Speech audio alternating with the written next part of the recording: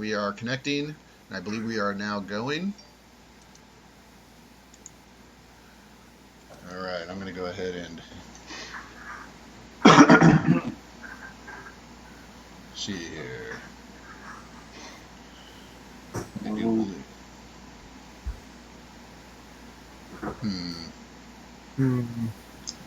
Looking for us. Let's see if we're on live. So we're just trying to get the stream started. Anyone's there? Oh, there we go. We are live. We are live. Outstanding. I'm looking for us right now. I thought I followed Chaotic Good. I'm going to have to dig us up. Or just go to our tweet.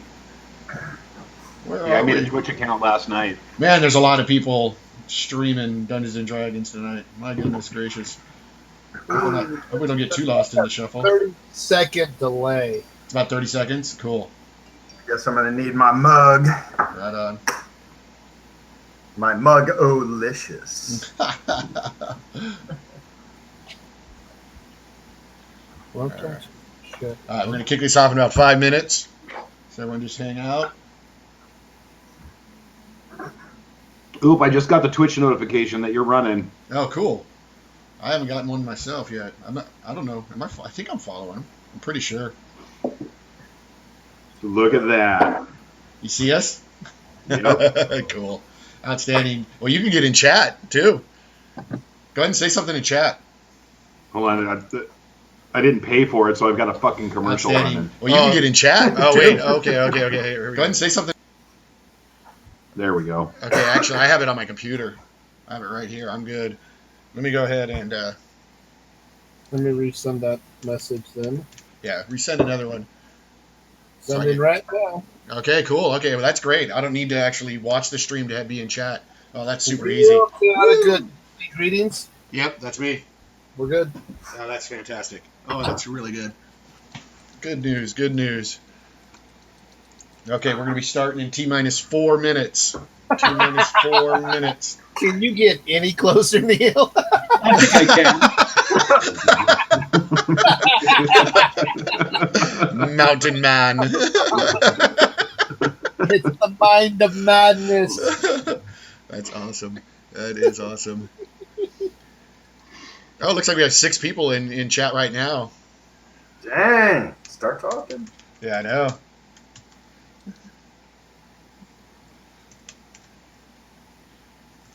So everyone, we're starting in about 3 minutes. I have a full mug. Excellent, excellent. So creepy. The whole you. All right, guys. The camera. We're about to start. Okay, Miles. We're about to start live. Okay. Von Stott has to tell his kids to be quiet. Yeah.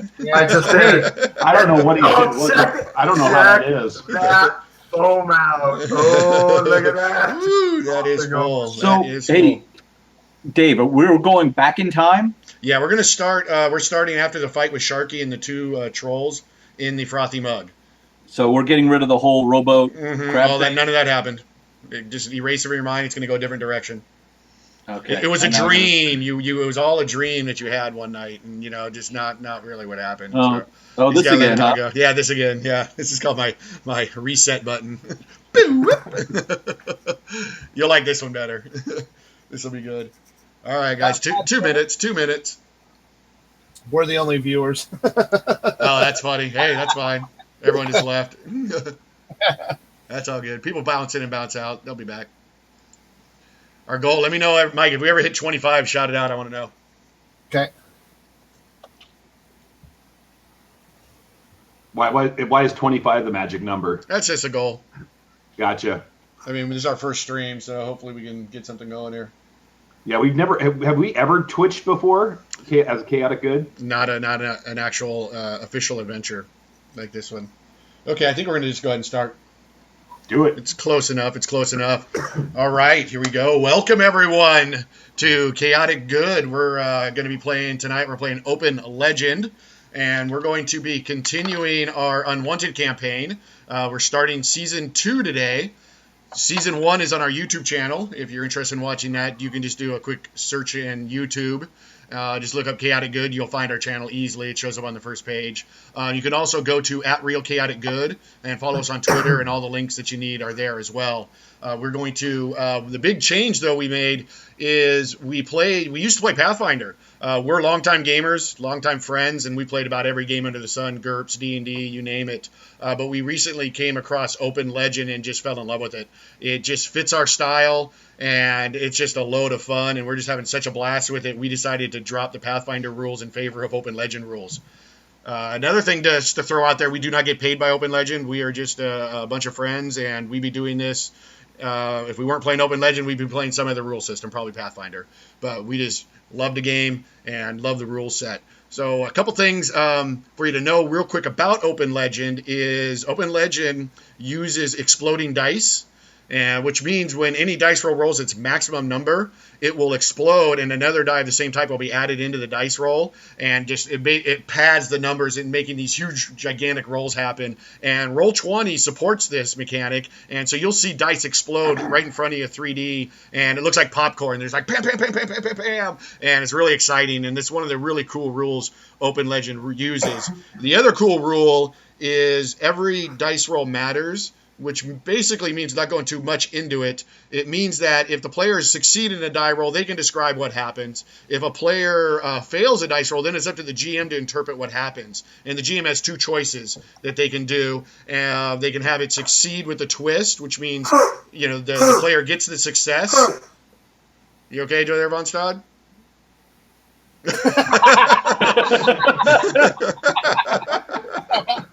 Missed Awesome. the mute button. Yeah, right, exactly. I'm blowing my nose, sorry. Yeah, we heard every bit of that. No, you didn't. I was muted. Oh, yeah, you weren't so muted. It was glorious. Damn. All right, so when a player fails a roll, the GM gets to interpret the roll, and that's a lot of fun. So you'll see me do that a lot in the adventure when they fail rolls, and it's a blast. But other than that, I think we are ready to kick this off. So first thing is, let's do a real quick recap of where the adventure was and what happened in Season 1 without going too long in depth on it. But it really started out with Ivandar. You were on on Captain Kroll's ship, the Natural Selection, and you were caught inside of the officers' quarters, which happened to be the captain's daughter. And so the captain caught you in there, and you ended up having this humongous chase sequence. It was really exciting. You bumped into a guy named Sharky, who pulled out a big punch dagger and was threatening to kill you. And you were able to evade him, and you ended up getting shot by the captain with a long rifle in your shoulder right before you jumped overboard and swam to land. You swam and ended up passing out during your swim, and you washed ashore at the shore of a pirate town called Shantytown, where Brax found you. Brax took you in, took care of you. You woke up, and you had an amulet in your hand, and that was something you found on the ship in the captain's quarter. And the reason the amulet was so interesting was that it was the exact same amulet that Von Stad wears, who is your friend. So you and Brax quickly said, hey, let's go to see Von Stad about getting his amulet back to him. Well, you went back to to go see Von Stad, and he owns a tavern named the Frothy Mug, and that's where he always is. So that's where you guys all just went and were going there to meet him. Well, when you arrived, you noticed something strange, is that on the sign, instead of saying Frothy Mug, it said Sharky's, which was the guy you ran into on the ship when you were doing your escape sequence. And sure enough, you guys go into the tavern, and Sharky's there at the counter, and Von Stad's nowhere to be seen. Well, it didn't take you long to get to the bottom of that scene. You burst out into the patio area, and you found Von Stad, who was wrapped up in ropes in a pot of stew with 2 aquatic trolls trying to cook him. And the unfortunate side effect of that was also these trolls got a hold of the tavern's server, Amanda. And she got put on a spit and cooked and barbecued and is no more. Well, you quickly jumped in and started fighting the trolls, and Sharky showed his true form. He's really called Sharky because he's a were-shark and turned into a hybrid version of the shark. You guys got into a big tangle. Sharky ended up taking one of Brax's axes right to the chest, which literally took half his health. So he thought better of fighting, realized that he didn't have enough gusto to go around. Yeah, so he took off. You guys mopped up the trolls, and that's where we're going to be starting the adventure. So we have a tradition at Chaotic Good when we kick off any adventure. We like to do it with celebration to victory. So everyone who's in chat, go ahead and type to victory, and we're going to go ahead and say it ourselves. Gentlemen, to victory! Victory! Very nice, very nice. Very nice. I'm typing that in myself. To victory! All right. So let's get this going here. So here we go. So Shantytown is a pirate town. It's a very unique pirate town because of the way it's built. So let me give you a little idea of what it looks like here. And here's a really good image that describes it perfectly. It's a town that's built with the remnants of broken down and sunken ships. It's built high up, so it uses a lot of rope bridges, and it's built right over the water. So you can literally go down about 40 feet, and down there are boats going down and stuff. And businesses are made way up high in the air with parts of ships and connect each other right across these rope bridges. As a pirate town, though, it's a little bit of a rough place, but on the scale of pirate towns, it's really mild. It's pretty mellow in the sense of a pirate town where it's not really ultra violent, and even pirates now need some downtime, so they like to come to Shantytown to experience that. And let me do one more thing here, add a little ambiance to our game here, and let's try this here, and hopefully put a little background sounds from the shanty town here. Yes, there we go. I can hear it now. Nice. I'm going to turn that down just a skosh though. All right, good stuff. Good stuff. Okay, now the adventure starts, like I said, in the Frothy Mug, which is Von Stad's tavern. So Von Stad, would you take a moment and describe to everyone what your tavern looks like? Well, gosh, that's a darn good picture of it. Isn't it? it's pretty much the back half of a galleon that is set into the cliffside, and it's the back of the galleon, which is the captain's quarters, and that's opened up. That's almost like a patio. So pretty much it's a tavern in a ship, and I mean, figure everything that you would imagine in a pirate era galleon. This has the swinging lanterns, which of course sway as the land settles or the cliffside. And one thing you could always hear is the waves. For some reason, it's just this sound of waves. And the tavern is run by a very surly halfling called Ribeye Roundhouse. And, he wears a vest, nothing underneath, just this weird leprechaun-looking vest, a derby, and a cigar that's never lit, almost like he chews on it. It stinks of spices. And he runs that with an iron fist. And it's pretty much, he thinks it's his tavern. And one of the other staples of the tavern is a unmoving statue, like a coral statue, and he's the bouncer. It's a coral golem named Teacup. Nice. So, and anything that happens in there, unruly patrons, there's definitely a lot of reconstruction because Teacup is not the most gentle. That's fantastic. Fantastic. Now, Von Stad, you happy your face is being cut off, so could you scoot over a little? There you go. That's a beautiful thing. Now we can see your entire beautiful face. Very nice. All right, so the Frothy Mug it is. You guys are on the patio. You just finished mopping up the last of the two aquatic trolls. And Ivandar, you came here to show Von Stad that you found his amulet. And so I'm going to turn the adventure over to you guys, and you guys can go ahead and take over from here on that. So Ivandar, and do me a favor, when you first go ahead and do your first bit of role playing, will you please also take a moment to describe what your characters look like? All right, Ivandar is your typical Errol Flynn type swashbuckler, young man, probably late teens, early 20s, very debonair, very, very handsome. Brown hair, mustache, beard. He carries on him a rapier and a main gouge. He also has a pistol and flowing blue cloak, hat with a feather, the whole 9 yards. Awesome. Now, has Von Stad had a chance to get dressed yet? No, he is still in his birthday suit because he just came out there. Are you putting your clothes back on, Von Stad? Oh, I'm just coming out of the pot. You came out of the pot to fight, but you did that a little bit buck naked, just saying. Well, as a follower of Caden Kalian, Festivus, if I'm in my birthday suit, it lends, just adds to the effect. But no, Okay. I'll dress. Okay, so you start dressing. Yeah, as he's dressing, it's now a little more comfortable to approach him. Oh, and he ain't shy. Greetings, Von Stad. Looks like another typical night at the inn. Oh, most indeed it does. Oh, I'm do you sorry. mind? I'm sorry if we interrupted your festivities. The water was a bit cold. I'm sure if you'd like to use that excuse, I'm sure that will work. Now, Von Stad, do me a favor. Go ahead and real quickly. Sorry, Ivandar. Let's get Von Stad. Why don't you describe your character with your clothes on? Okay, well, why don't you do it with words? He's looking at his face. You just can't tell his age. Very great hair. He almost looks like a shaven Santa Claus. I mean, he's overweight. He's just got this air of jolliness to him. Very talkative. He's wearing balloon or pantaloons, knee-high boots, swashbuckler boots, a red coat with fur trim on the top, and this really odd floppy hat.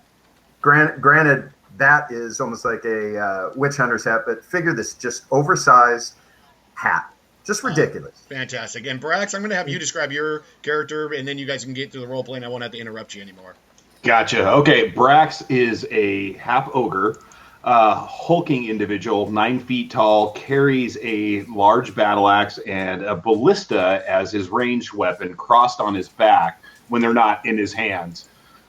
He's a very stern individual, very few words spoken, all very intense. He's kind of lived a life of everywhere he goes, there just death seems to follow him. So he's almost feels like it, as if he's cursed. So he doesn't speak much. He's just a very solitary individual. But it's almost like Ager incarnate in a being.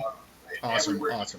And Yeah. if I may, I'd be remiss if I didn't add that the weapon, I carry a great sword with a blade of ultra black, and hanging from the pommel is a silver mug. Awesome. Hey. Now, there it is. Now, Sarah Kale will be joining the adventure in a little bit, so Sarah Kale is not with us at this time. Probably about 15, 20 minutes, we'll get her into the adventure, and she'll do her introductions then. All right, so go ahead, Ivandar, back to you. Carry on. Where was I? Mm-hmm. Well, Von Stad, on my latest adventure, I was aboard the Natural Selection, Captain Krull's ship, and he was acting a little suspicious, so you know me, I can't let anything like that pass, so I did a little snooping in his cabin with his daughter, the usual. And while I was snooping, I came across this, and I pull out the amulet. Okay, Von Stad, you see an amulet, and it looks just like your amulet, and that's pretty surprising to you because your amulet is still around your neck. But it's tucked in. It is tucked in. So here's a little love for you here, and here's a little image of an amulet. It looks similar to that, where it has 4 symbols, but there's some arcane markings on it as well, and it absolutely matches yours, Von Stad. The only thing about it is you have seen another amulet other than your own, and that belongs to your brother, Father Nidal. Father Nidal wears the same amulet. Now, Father Nidal, just as a metagame, spends a lot of time in the other party's adventures and plays this really uber creepy priest of Iomade, who your GM roleplays extremely well and creepy. In fact, so creepy people get scared. I don't let on that I recognize the amulet as not mine. Okay. Initially. And what do you do with the amulet? Oh, is it still in Ivanar's hand? I don't know. Well, yes, it is. Okay. Oh, Finders keeper, finders pawners. Oh, it's not worth what you think it is. May I partake? And he reaches out his hand. You have done me a turn or two, so This time, sure, on the house. He takes the amulet and he's looking at it. He's turning it over. It's strange how these open. And he leans in. Takes a drink. Nice. Yeah, you didn't mention that you're a follower of the Great Reveler. Oh, not yet. Mm. He swishes it in his mouth. Leans over. Oh, I was just kidding. There's a latch. So Von Stad, yeah, you're familiar with these amulets because they're used to transport messages, and they're magically locked in the back, but you know the method to open them. So you just cast, spoke the appropriate words, cast the proper arcane, and the back end of it dissolves and opens up for a moment, and inside you see a small little parchment, like a bird would even carry, like a bird's message, one of those little itty bitty scrolls. And what do you do? Well, let me just say that as a follower of the great reveler Caden Kalian,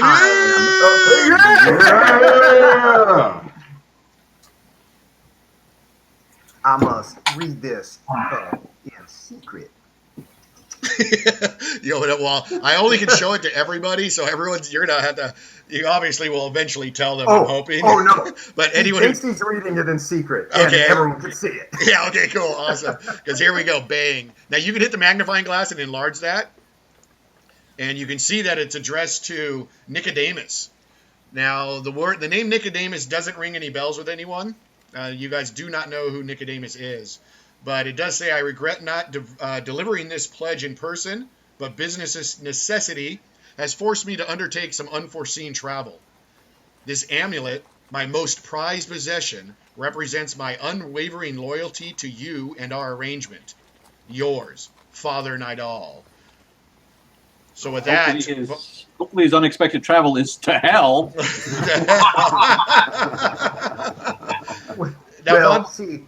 Go ahead.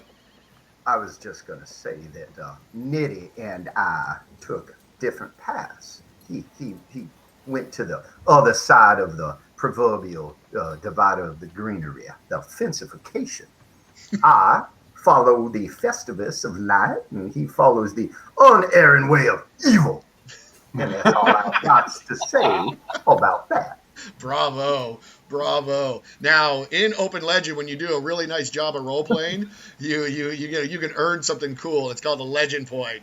And Von Stad, you have earned today's first legend point. Dun, dun, dun. Take it. Legend point. Boom. Okay. You can earn 1 legend point through role playing each session. You can also earn legend points if you role play your flaws to the detriment of your party. So there you can have up to 2 flaws. So there's a potential of earning 3 legend points per session. Well done with that there, Von Stad. So it looks like you made it clear that Father Nidal, you have made it clear, and everyone does know it's open knowledge that you two are brothers. Am I right? Here we are. Okay, so with reading that note, Brax and Ivandar can put 1 and 1 together and realize that is not Von Stad's amulet. That is Father Nidal's amulet. And that note is talking to someone, Nicodemus, and swearing fealty to him. With that information, that's pretty interesting. Now, my next question is, over on the spit is Amanda's corpse, burning.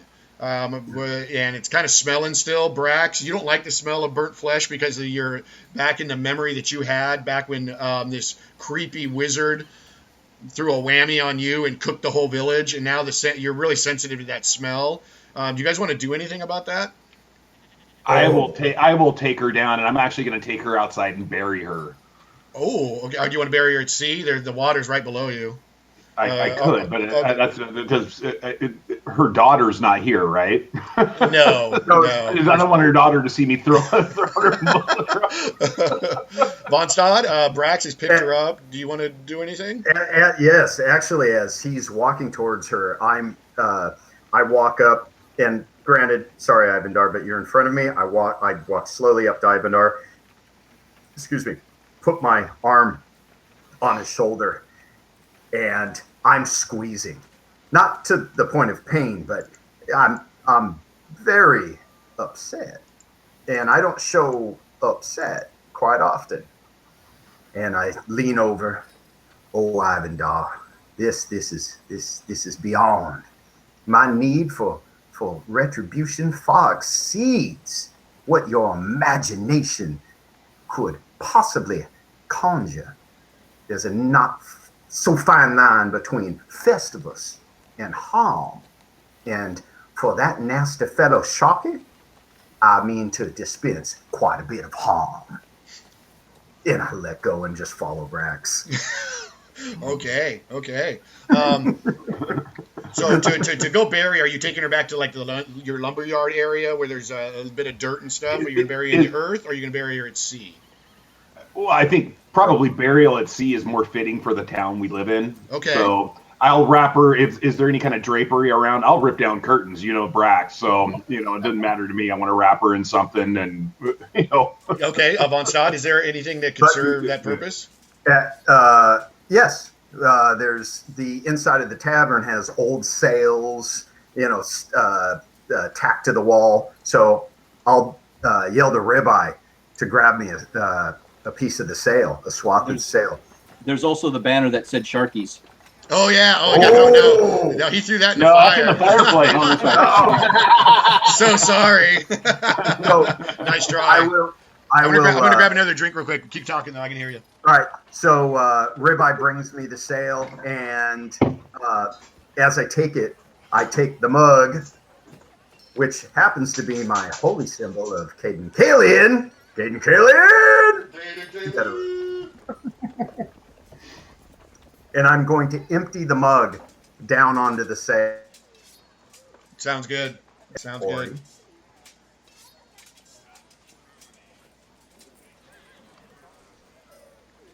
Can you guys see Von Stad, or is that just on my end? Nice. You see him? You see him? Yeah. Okay. I had to reconnect. I had to reconnect too. I just lost Von Stad. Give me 1 second. Cool. Which means that the stream lost Von Stad, so this will just take me a second here. I'm try to reconnect. Uh-oh, did we lose Nizul?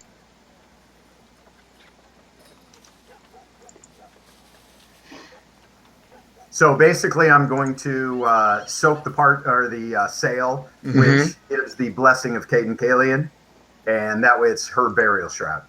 So she's blessed and protected as she goes into the festival of the afterlife. That sounds great. So, okay. Brax kneels down in front of you as well and says, "Say words."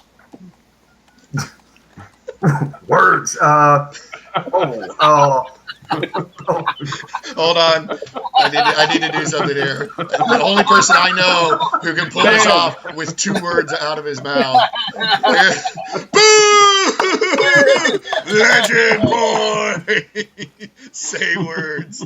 And well, the thing is, I've already said my blessing, but for him, may you pass into the great festival beyond with receptacles full of delicious liquidy refreshment. And then he splashes the mug on it. I mean, it's just like, I'm pulling a brass.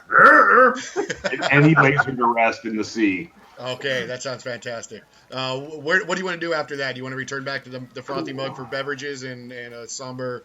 Oh, we're doing a celebration of Amanda's life. Absolutely. Okay, so it's going to be a positive themed celebration. It is. That's appropriate. I like that. That's fantastic. Okay, well, you head back over. Now you're crossing rope bridges as you get back, and you come back into the frothy mug, and go ahead and take a table. Brax, do me a favor. I want you to make a perception check for me real quick at a DC 12. This one's a pretty easy one.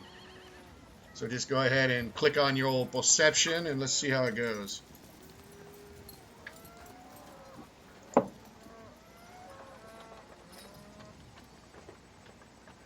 Do you want me to say I'm dying of suspense?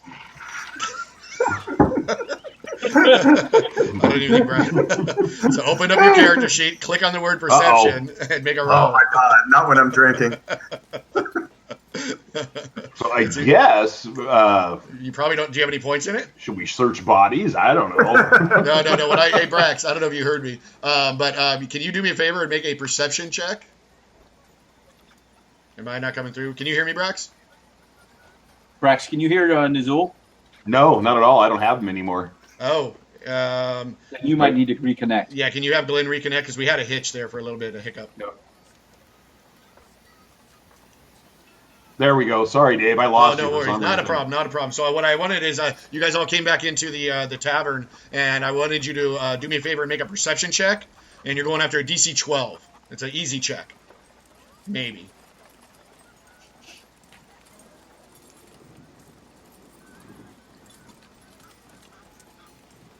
Here comes the suspense again. I'm about to make it for her. I'm dying. Hey, we got a perception roll. I just want to give him a round of applause. That's how we did. That is how an ogre does a perception check. I was hitting it. I don't know. Fantastic. Right before you sit down, you notice at the entrance to the patio area where the door you kicked open to go and start this fight, you see something lying on the ground, and you remember it because you had stolen it. It looks like Sharky's punch dagger. So in the fight, the first turn, you took Sharky and threw him overboard, but you grabbed his punch dagger, but then you dropped it on the ground to draw your double-handed axe, and so you can two-handed wield it. It's sitting over there, and you see it. So I just wanted you to know that. Do you want to go pick it up or anything? Yeah, absolutely. I'm going to go grab it. All right, what do you do with it? I'm going to inspect it. Well, it looks like a humongous, gigantic shark's tooth, and other than that is, it's got the little handle on it, but it becomes a punch dagger, so it's a stabbing weapon. Gotcha. Well, I'm just going to shove that right in my pocket. Okay, sounds good. Sounds good. Okay, you perform your, you have your celebration and talk good memories about Amanda. When it doesn't take too long, I'd say probably about 5 minutes later, you can hear some screaming outside, a familiar voice going, Brax! Brax! Brax! Brax! Oh, no. And the door opens, and a familiar face comes in, and we have Gobbledygook. Gobbledygook comes in. Brax just kind of goes, oh. Your best buddy. This would be Brax's new sidekick. Now, just to come out of the game just for 1 second, I just got to throw a shout out. Now, I am a big fan of a YouTuber named Terminally Nerdy. His name is Clay. He's a great guy. I'm also a member of his Patreon. I'm a patron, and at the level I'm at, he offers up the ability. He will go ahead and design you a magic weapon or NPCs and stuff like that. So he designed Gobbledygook, and I love the design he made for him. He's hilarious and all that, and so I use him, and he and Brax are little buddies, even though Brax doesn't really care for goblins, and Gobbledygook doesn't really particularly care for ogres, but somehow they have become a little bit of an item. So he comes in, and there you see him. They're really close. So this little 2.5-foot goblin comes in, and he does the typical hop from side to side, Brax, Brax, Brax, and comes running in. He carries a little short sword, and when he's out on he's a scout, so if he's out doing his scout duty and out pathfinding, he has a huge oversized backpack about 3 times the size of him that he actually carries on those little stick-like legs. But he's not doing that now, so he's in his normal garb, which is just some hide armor. But the cool thing he has goggles, and he likes to wear them over his eyes, which enlarge and magnify the size of his eyes, and so they're really big, and he's got that standard goblin face, and he runs up, Brax, Brax, you gotta see this, and he comes over and he starts pulling on your arm. Come on, it's crazy, something's going down at the Red Rose, come on. All right, we go. Okay, he's like, yeah, but then he looks at all of you, Ivan Dard outside, you should come too, the Pirate Council, they're meeting. Come on! And he pulls Brax by the arm and trounces out of the frothy mug and begins to scurry through town. So, Brax, am I assuming that you're following? I will go willingly. Okay. And Ivan von Stad? Yeah, I'm going to glance over at Ribeye, do a little nod. He knows exactly. He's taking care of the place. Okay, sounds good. And Ivandar? Ivandar's going to refill his mug and then follow. Okay. Oh, you have to refill your mug? Oh, shame. Oh, yeah, I know. I wish we all had Von Stad mugs. The self-filling. All right. Well, you make your way across town, and so let me go into a little more of a description. Shantytown actually does have a town in the lower end. So most of the town, I'd say about 60 to 70% of the town is up at a higher level, using a lot of ships, broken wreckage, ship pieces and stuff. A lot of themes of galleons and a lot of sails and stuff like that. But down in the lower section of town, it's kind of typical pirate town. It has a lot of wooden bridges, like you can see, and still some businesses down there. Down in the lower section also happens to have the only other tavern in Shantytown, called the Red Rose. The Red Rose. The lesser tavern. One might think. Brax, you prefer the Frothy Mug because you've always had issues being a half ogre with persecution, right, and stuff like that, and not being accepted, and you never felt comfortable at the Red Rose. And they haven't really ever felt comfortable with you hanging out too much there. They don't kick you out or anything like that. It's not that obnoxious. But, you could feel it, and you're just more comfortable in Von Stad's tavern. But the thing that the Red Rose is known for is it is also the tavern where they hold the Pirate Council meetings, which are pretty rare. And what they'll do is the Red Rose will put out the red flag when there is going to be a council meeting. And it usually packs the place because it's a tavern, so everyone's allowed to come in. So it's not a private meeting by any means. But they have a table that's designated for their meetings, and the pirate lords will come together and council. And Gobbledygook is, really overexcited. And he's like, I've never seen a council meeting. I've never seen one before. And he's bouncing around, pulling Brax by the arm and taking you down into lower Shantytown. And you eventually come upon the Red Rose. And you can see the little red flag out there. Ooh, yeah, I did that myself, just saying. It's a hovel. Look at it. Yeah, you're jealous of this. Yeah, you and the owners at this place don't really talk so much. Just saying. You can see after the rumors that I spread about that owner. and the food, yes, for sure. Well, you can see that the flag is out. A lot of businesses gathering around, and people are piling in because the Pirate Council's meeting, and everyone wants to hear what's going on. And I'm assuming you all are going to proceed inside? Mm-hmm. Okay, and Gobbledygook's the first one through the door, very excited. And you go ahead and enter in. And you come into the tavern. And it's just standard pirate tavern. Lots of drinking, lots of carousing. And you also, over in the far corner, you can see they have entertainment for this evening. And there is a band playing in the back. Actually, one gentleman with a couple extra instruments. And he's got a crowd around him. And they're all singing some piratey songs in the background as you come into the tavern. You can also see in the middle of the main table is the Pirate Council table. And you see 6 chairs. 4 of them are occupied, 2 of them are not. And in front of each chair on a large oaken table are golden goblets in front of each chair. Sitting in 4 of the 6 chairs, you can see 4 pirate lords.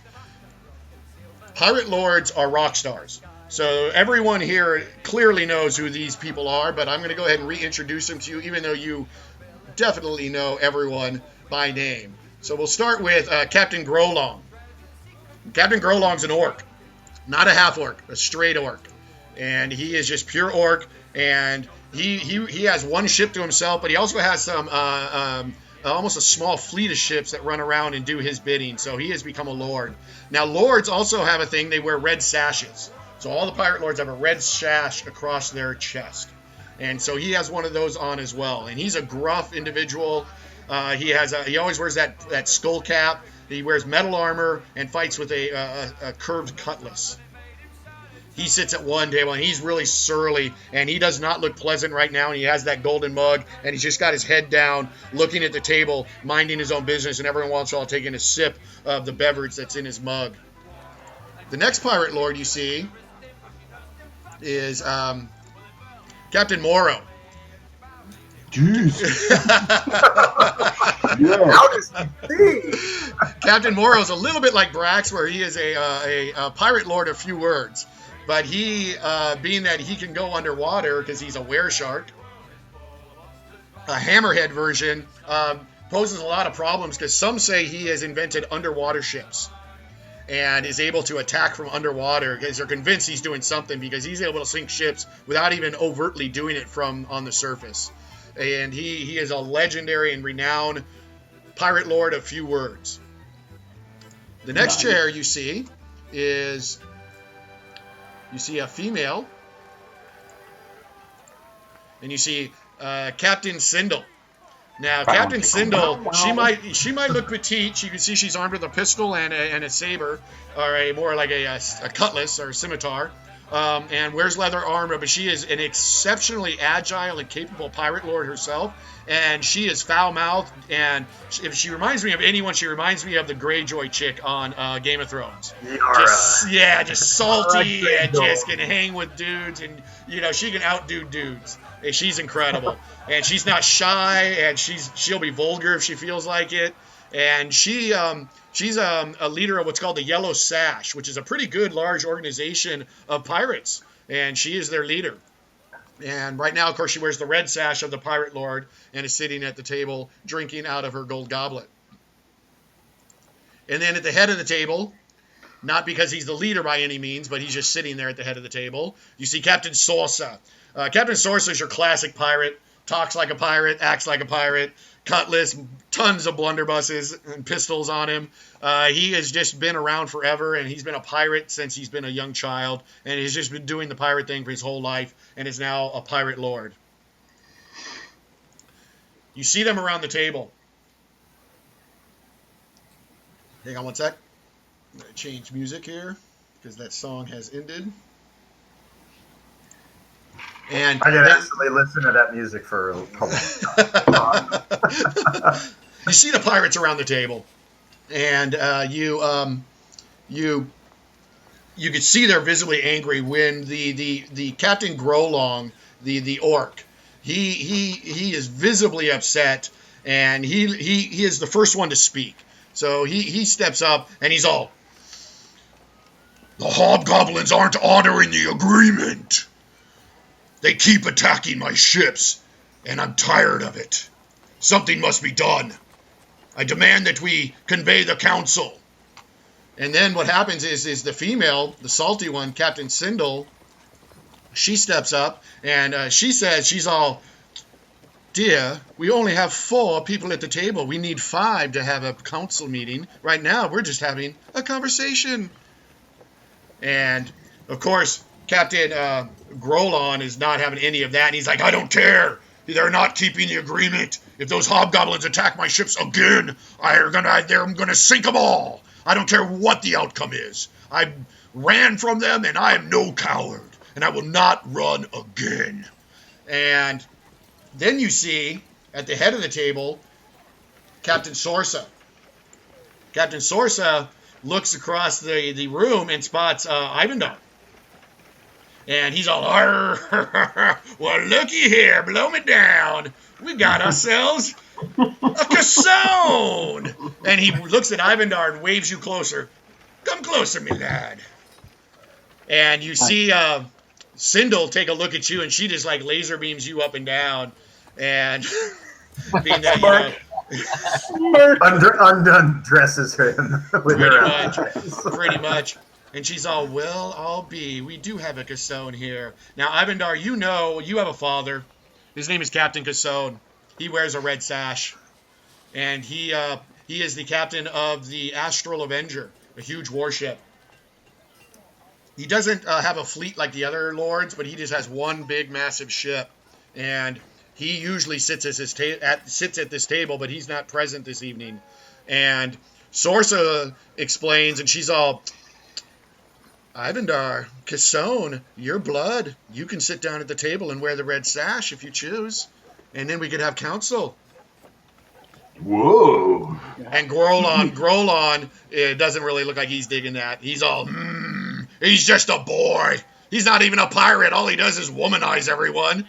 And, of course, with that, Sindel's all, "Well, you can womanize me." I believe we have. Well, all eyes in the entire inn are on you, Ivandar. All right, well, I reach into my pack and pull out a red sash because we knew this day was coming. It's got, on the sash, it's got a stitched, his face is stitched on the sash. Nice. So And we'll put then- it on and sit down. Okay, well, you sit down, and there's a gold goblet in front of you, and all the other pirate lords grab their goblet and toast to you and hold it out. And I to the council. To the May we council. May we only speak truth. And they drink and take a vow to speak truth right now. So, a council meeting is now in session. Now, another thing, Ivan Dar, well, actually, I'll give you this in a second. A little premature.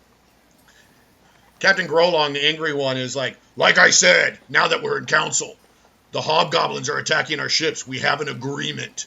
They're not supposed to do it. When we fly the red flag, hobgoblins stay away. I don't know why they don't understand. We need to talk to Nicodemus. And then the first words come out of Captain Morrow. And he leans forward and says one word. He just leans forward and goes, yeah. And then leans back. And they look at you, Ivandar, and Sindel kind of leans over and kind of scoots a little closer to you as well and is all, honey, just to catch you up, we made a bargain months ago with Nicodemus over on Plunder Isle, and he's working with hobgoblins, those vile creatures, and a pact was made that we wouldn't attack his hobgoblins ships, and they're to leave us alone. And apparently Grolon is being attacked by them. It's causing a ruckus. We might have to talk to Nicodemus. If you have any input, please say so. Is it possible to summon Nicodemus here?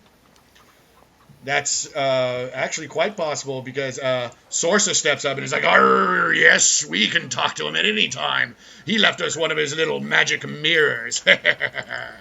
And he calls out to one of the servers, "Bring us the mirror! Bring us the mirror! Bring it here! Bring it here!" And one of the servers goes and fetches and brings forth a mirror. It's a good-sized mirror. It's probably about the size of a big 30-inch monitor. And it looks something like this. Yeah, and it's clearly some type of magic mirror that you could communicate with. And she sets it down, and as soon as it's set down, it starts to shimmer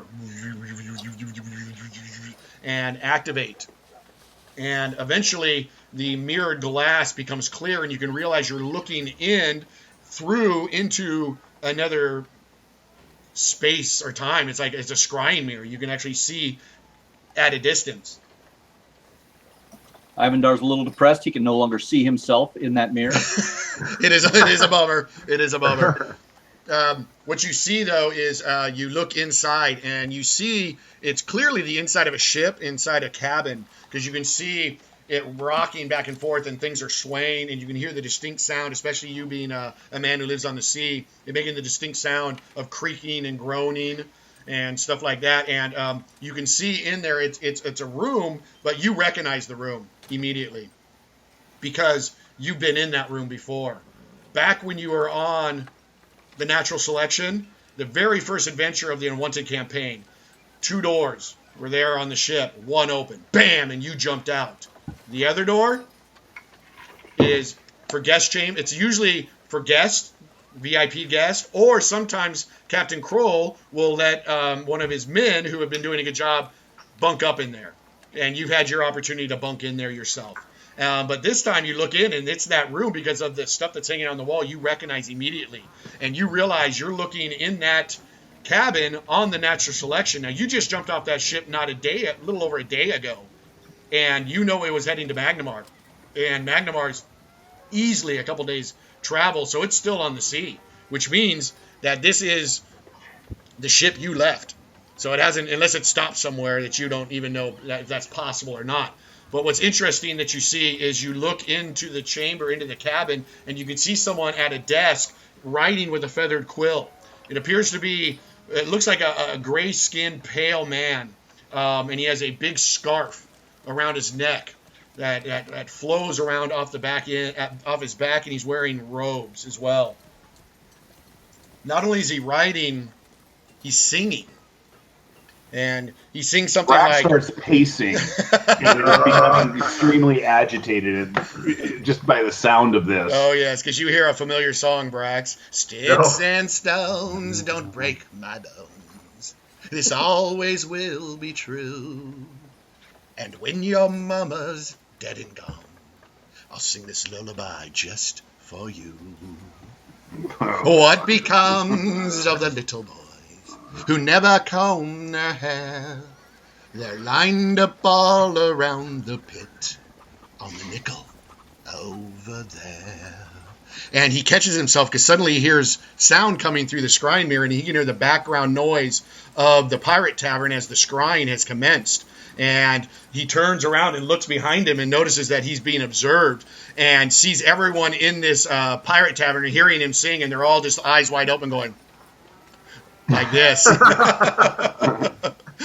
And he turns around and he's like, oh, I didn't realize I had company. My bad. And he steps up and approaches the scrying mirror.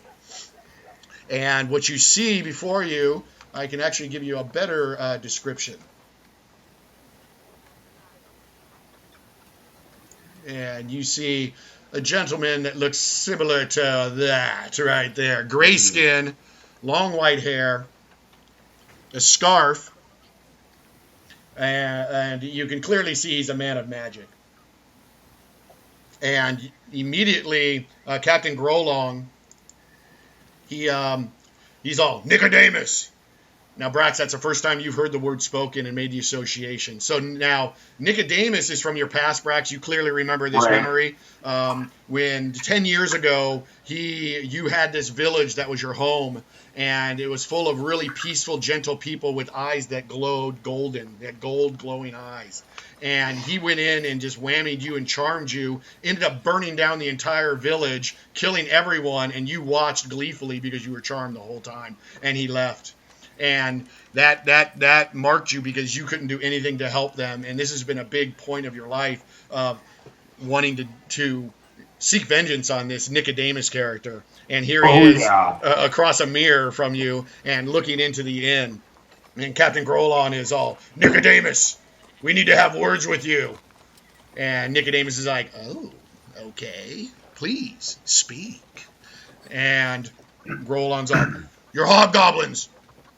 They're attacking our ships, and that's against the agreement. And Nicodemus looks up and is like, oh, I wasn't aware.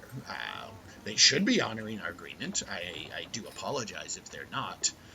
And then Grolon smirks to himself and goes, plus, I have someone I'd like you to meet. And everyone at the council around the table is like a little bit unnerved because they weren't expecting something like this. And Grolon goes, bring out the witch. And the server runs over and then escorts out a very interesting looking character. And Sarah Kale, would you mind describing your character? She is hideously deformed, big nose, eyes that don't seem to match. She's dressed in rags on top of rags with bits of whatever she can find to sew together. And she walks with a big staff that kind of holds her up. She doesn't really need it, but she just wants to act a little bit older than she is. So she comes creeping slowly forward. A little bit of grumble in her voice. Mist is coming off of her for some reason. Awesome. All right. Well, you come forth, and Grolon looks at you. Sarah Kale, tell Nicodemus what you saw. Well, we were together. I was watching him on Plunder Island, and his hobgoblin fleet was coming and going for weeks and weeks. And then suddenly, 2 weeks ago, the whole fleet departs and never to come back. And a god's cursed beam from hell comes up on the island. It destroyed everything on it, except for me and Nicodemus. There's something wrong here. He's going to kill the pirate lord, so I had to tell them immediately. Now, Ivandar, when you were on the ship, back in season 1, you snuck into Captain Kroll's chamber because you were suspicious of something. And the reason you were suspicious is because about a day before you broke into his chamber, you arrived at an island on the warship. And what happened is you were sitting on the deck, and Captain Kroll took a chest and went down to the island, and you saw him meet with a robed creature, but it was really far away on this island. And now that you see Nicodemus, it matches in your head that he went and was talking to Nicodemus. They disappeared together. Poosh. Okay? And not 5 minutes later, you saw also this humongous god beam erupt out of the middle of the island. And you know where you were, too. You were at Plunder Island. Plunder Island is apparently Nicodemus's home and Sarah Kale's home. It's just a small island, but that's where they live. And what Sarah Kale is saying is that hobgoblin fleets have been coming and going from that place, and suddenly this god beam shoots up out of nowhere and kills all life on the island. And not long after the god beam shot up in the sky, a huge pulse, boom, almost knocks you over and everyone on the ship. And Captain Kroll returns. Now, in your memory there of what happened, I don't know whether you saw something or not, so what I need you to do for me is make a perception check, and I'm going to tell you what you saw based on this check. So go ahead, and this is a really, really difficult check to make. So go ahead and try to roll. You're going to need to hit something monstrous, though. All right.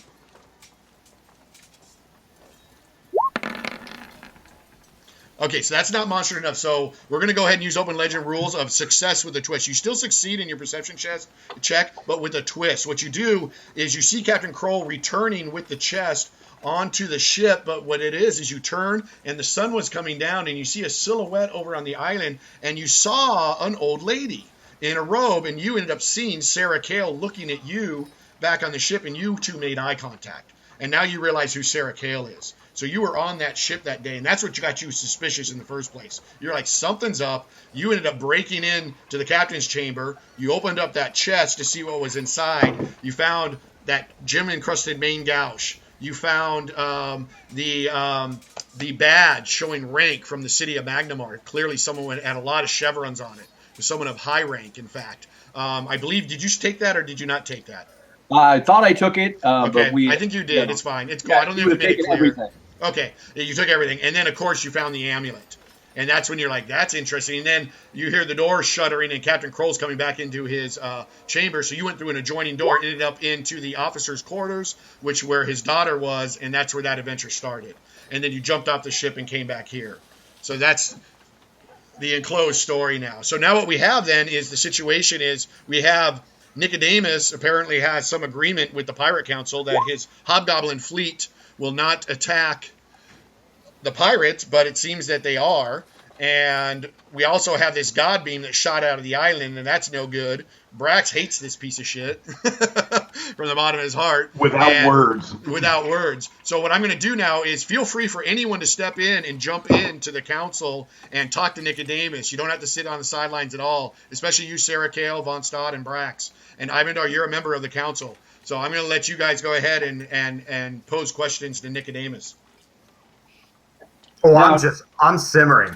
I mean, the fact that I found that note from my brother to Nicodemus, he's connected to evil. Exactly. Oh, yes. And as you can tell by the look of this guy, he is quite sinister. And he's sitting there with a little smirk on his face. I have no words for him right now. I'm just going to listen and figure out how I want to approach this. Okay, cool. Well, if you have words, speak up. Brax has words. Okay, what do you got, Brax? Brax is going to go right up and get into the mirror and goes, Nicodemus, I'm coming for you. Now, Nicodemus is like, oh, and he's delighted. Brax, is that you? Oh, it's been a long time, Brax, hasn't it? How long has it been? 8 years? 10 years? I must tell you, though, I have learned something new as of late. It's so funny. It's so coincidental. I just learned that, remember the village you came from, where the people had the gold eyes? Word just got to me that there's another. There's still one alive. I don't know how I missed her. But apparently she runs around with some white tiger and has the gold eyes. I just want you to know, when I find her, I'll be paying her a visit, and she won't like it. And I have something special for the tiger. You're not going to get the chance. Oh, Brax, we know how this goes when we talk. We're pals. We're friends, don't you remember? Things have changed.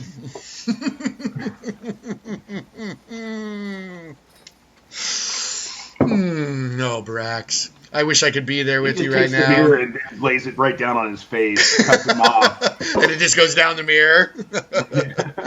And he just looks and says, all your strength. All your strength, Brax. Does anyone else want to say anything? Oh, yeah. Sarah goes up to the mirror. He grabs the mirror and looks at him dead in the face again. Not the Brax way, but tell me your thoughts, sorcerer. Tell me your thoughts. Ooh, you casting something through the mirror? Little mind dredge. Mind dredge, okay. Why don't you go ahead and make your check?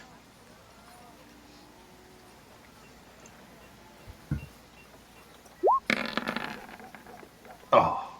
19, that's a really nice roll, but not going to be enough to penetrate Nicodemus. But you know what? Hey, in the spirit of Open Legend, I'm going to let you succeed with a twist. What you see is a vision. You go into his mind, and you're trying to search for thoughts. And this is where you're reading his mind. I want to make sure I'm getting the right thing, right? Correct. Okay. You go into his mind, and what you see is a land of fire and magma and explosions. Magma explosion. And then what you see is a giant pit with a huge device into it. Around the pit are children in little white robes circling around this pit. And the children look to be suffering immensely because energy is feeding from them into this device. When suddenly the energy of his defenses hits you and shoves you back out. But the twist is he reads your mind and sees some stuff about you.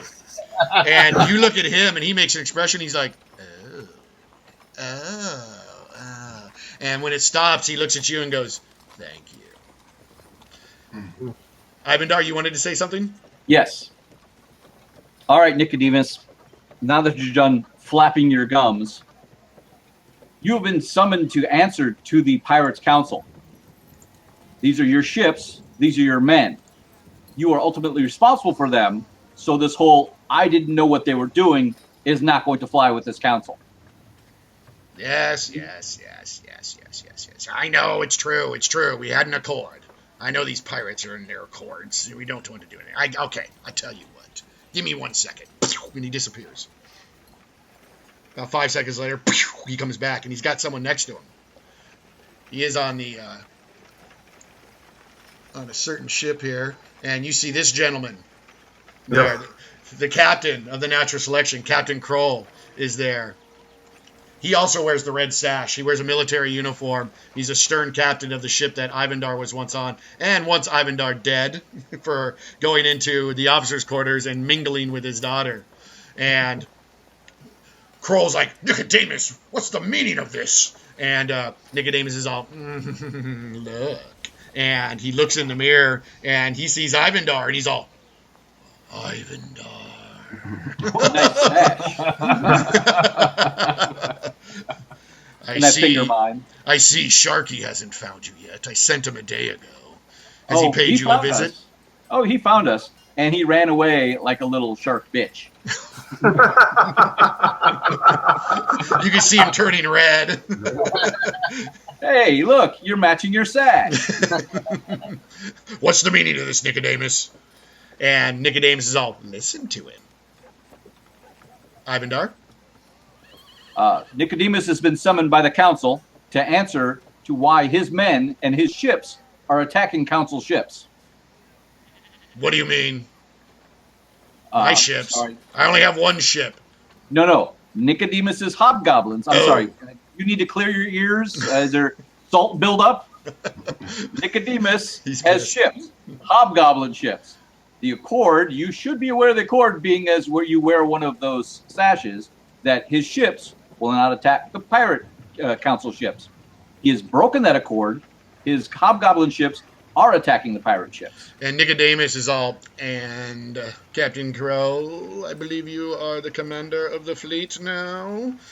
That means you're responsible. And Kroll looks down, looks back at Ivandar, looks at the Pirate Council. Now, there is one missing goblet and one empty chair, and he has a red sash. Clearly, that chair is meant for him. And he is a member of the Pirate Council. And he's all, this is news to me. I do apologize.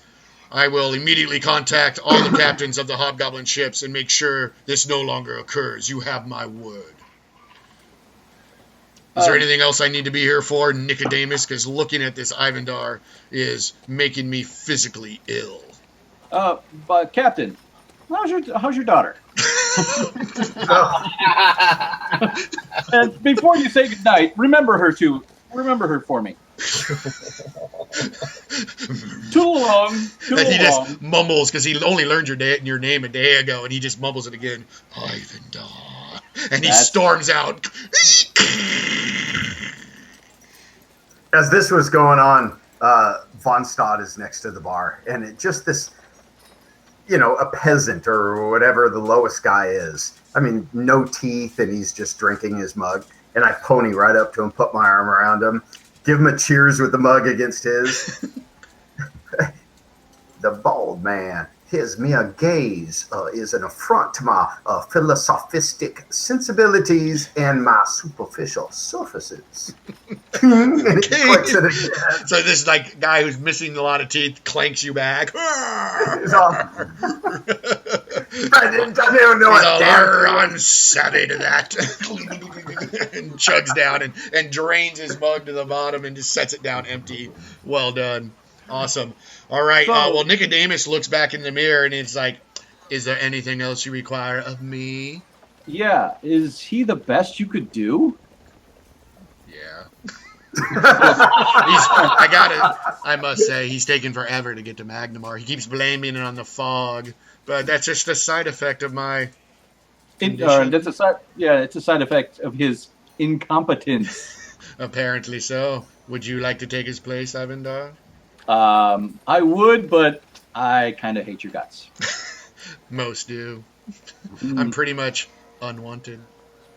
And then he goes over and you can see him turn a little TV switch. And the scrying mirror goes back to being a mirror. And immediately everyone in the tavern was all deathly quiet listening to all this, and whispers and talk and all that goes on. And then the members of the Pirate Council now, erupt into just going back and forth, and it's just becoming a big scene of just pure chaos and no real communication can happen. And eventually, Captain Grolon, the orc, slams his chalice down and is like, that's it! We need to do something. Do you think I trust Kroll? For God's sake. We need to do something. You're the one who made him part of the council. What about this God beam, Sarah Kale? Tell me more about that.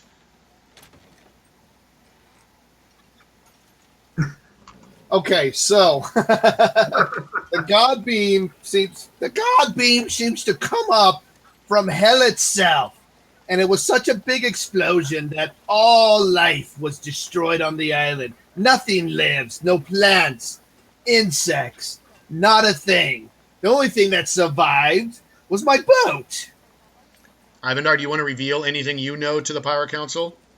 Yeah, I will tell them what I saw. Oh, okay. That's a big tell. Yeah, so I was on this. I was undercover on the ship. Observing Captain Kroll because, of course, I don't trust him. I'm sure it's bullshit, but we'll put it out there. And we saw him go to the islands, take the chest down, that whole thing, and the meeting with Nicodemus, the God Beam, and Sarah Kell. Do you talk about any of the items in the chest or anything like that? Sure. I talk about the badge. Okay, so you bring out the badge and show it? Yeah, bring out the badge and show it.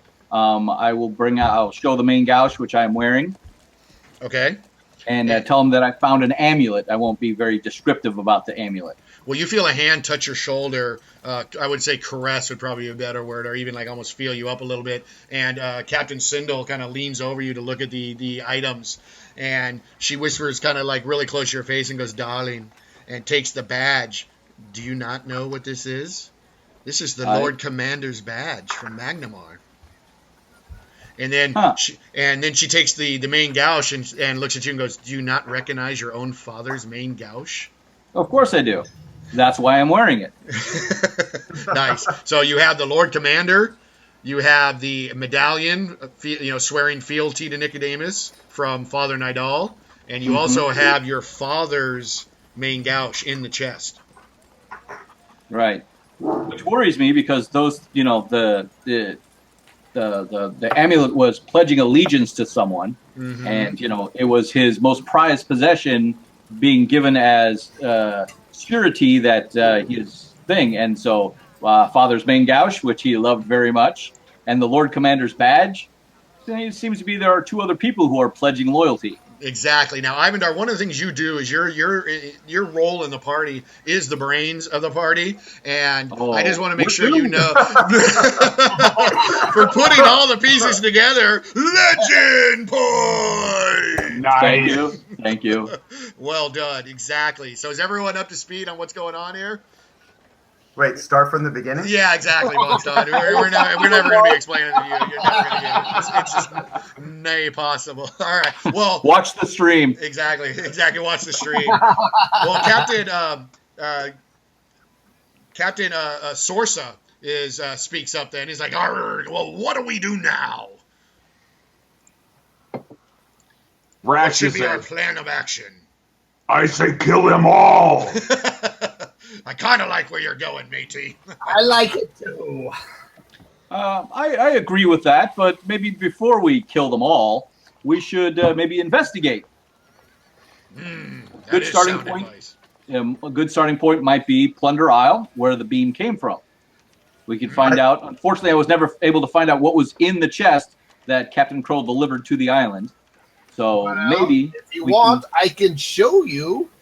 I lived on the island for years, and I can spy back there anytime I like. You have a ship there, witch? I have a ship. I have a home. Captain Grelon approves. I lean over to course of action. I lean over to the toothless guy next to me. Investigation would be my primary action as well. He's all, yeah. Grolon slams his mug down. That is settled. The Pirate Council agrees. We will send a team to investigate Plunder Isle and see what this whole mess about this god-beamed everyone dying and what this Nicodemus character is up to. Maybe we can find out more. That might be the best approach rather than a straight direct attack. I approve. Ivandar, you now wear the red sash. Are you willing to lead this task force? I suppose I would. Very good. As long as we understand that when this is over with, whether my father is innocent or guilty, this sash is permanent. Well, what do you think your father's going to say about that? Well, if he's guilty, he won't be saying anything because he'll be dead. And if he's innocent, he'll appreciate the fact that it's a father-son team-up on the council. He looks around, and Sasha looks and nods affirmatively. And then the orc absolutely nods affirmatively. And then Captain Morrow, the hammerhead, leans forward and just goes, yeah. Then leans back. It's decided then. Come back, give us the information we need, and the sash is yours. All right. Be off. We need to get back to some drinking. And then you hear from across the tavern off into the corner, you hear a little screech, and a little gentleman there, a little goblin's like, I'm coming too! You better believe it! Right, Brax? I'm coming, right? I'm right? Two, we do need a trap finder. I'm a scout. I'll do a great job. I've never seen Plunder Island. I was thinking about just throwing you down and seeing if you set off any traps, but I suppose that will work too. I'd avoid it. All right, so it's decided. Off to Plunder Island then. Sarah Kale does speak the truth. Sarah Kale does have a one-mast small ship that can make the journey to Plunder Island no problem. It's only about a day and a half journey to that spot, and that's Sarah Kale's home as well. So we're not leaving tonight. Okay, we're definitely that's not what I was going to leaving ask. tonight. Any preparations you want to make before the journey? Wait a minute. Island, we're stuck in an island with a god beam that could destroy everything on there. Mm-hmm. What could go wrong? Exactly. It's totally cool. It's a piece of cake. Piece of cake. All right. Well, for tonight, we're going to go and jam with the bard who's playing. Okay, right on. Sounds good. That's all you had to say. So Ivandar is in the inn, spending the rest of the evening carousing. That's right. And rocking the town. There we go. And don't think I'm not keeping my eye on Captain Sindal. Oh, for sure. She's hanging out too. Oh yeah. Maybe you'll be a yellow sash after all. All right. Does anyone else have anything they're going to do this evening? Ivandar. Brax actually leaves here. He doesn't like it here anyway, so he leaves. He's gonna go back to the frothy mug. Yeah, he's gonna go cuff his proverbial ogre carrot, whatever you want to say. All right. And just the mere presence in this hovel is putting this disgusting film on me. It just So I got to get out. Okay, I'm cool. going back to the tavern. Sounds good. Sounds good. All right. And by the way, on my way out, I'm gonna tip over a mug and kick a chair down. Sounds good. All right. Well, then let's move forward. We'll just advance time forward till the next day. You hop on this little one-mast ship and hit the seas, and away you go. And here will be a good spot for us to take a quick break. So you guys are on the seas. You're on Sarah Kale's ship, heading to Plunder Island, and we're going to take a quick 5-minute break. There's a chance to use the facilities, refill beverages, and let's everyone try to come back in about 5 minutes if possible. Am I muted? Am I that? muted? You're not muted. I can mute. You know what? Don't worry. I can mute you from here. I'll mute all. I'm mute all mics. To say? Did you have something, Sarah Kale? I hope we're bringing the mirror too, because I can actually find Nicodemus then. Bringing the what? The scurrying mirror. Oh, the scrying mirror. No, that stays in the inn. Well, couldn't the Lord Commander actually have it come with us? Not the Lord Commander. The pirates aren't going to give up their means of communication with Nicodemus. Okay, I have other things. If you want to try to swipe it, we'll handle that when we come back from break. Cool. All right, 5 minutes, everyone. Thanks for watching.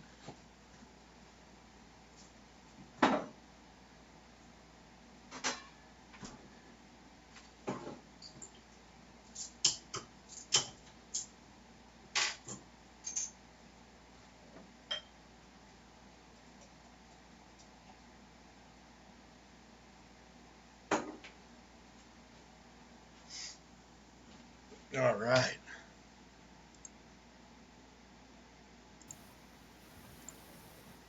Screw this. I'm unmuting everyone. Hello, everyone out there. We're on a quick 5-minute break here. I'm going to jump into chat here. Break time. Woo! I hope everyone's enjoying the stream so far. This is our debut stream on Twitch. We're Chaotic Good, playing Open Legend.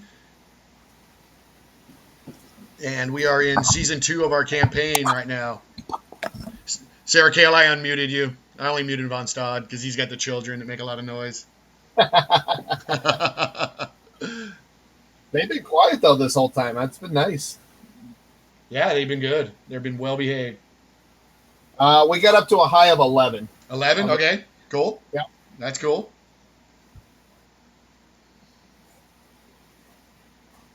We're going to have to build our following. We're going to have to grind it out.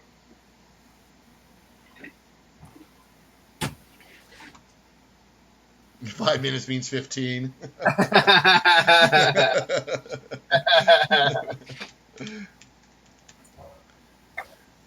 Oh, and a guy at work who popped on for just a couple minutes said you are an amazing storyteller, and I said let's not let it dead. Nice. This is good.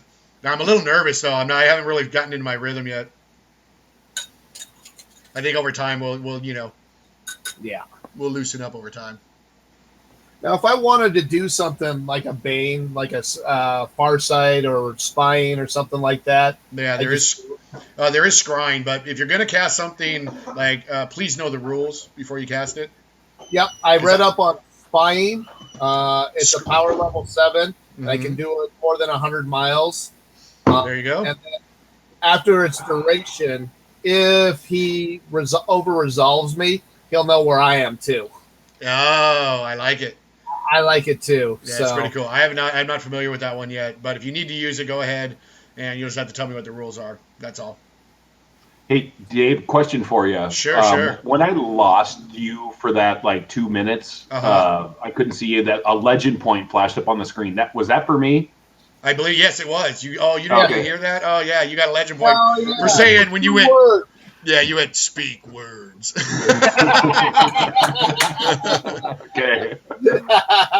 So I believe Ivandar, Von Stad, and Brax have earned legend points through role-playing so far. Yes. At this point.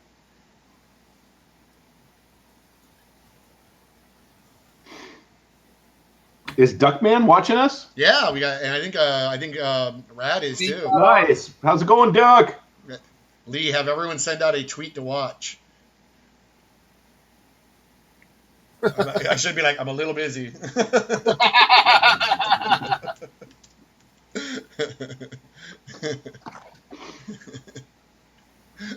Too funny.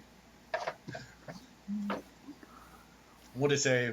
We already sent out a bunch.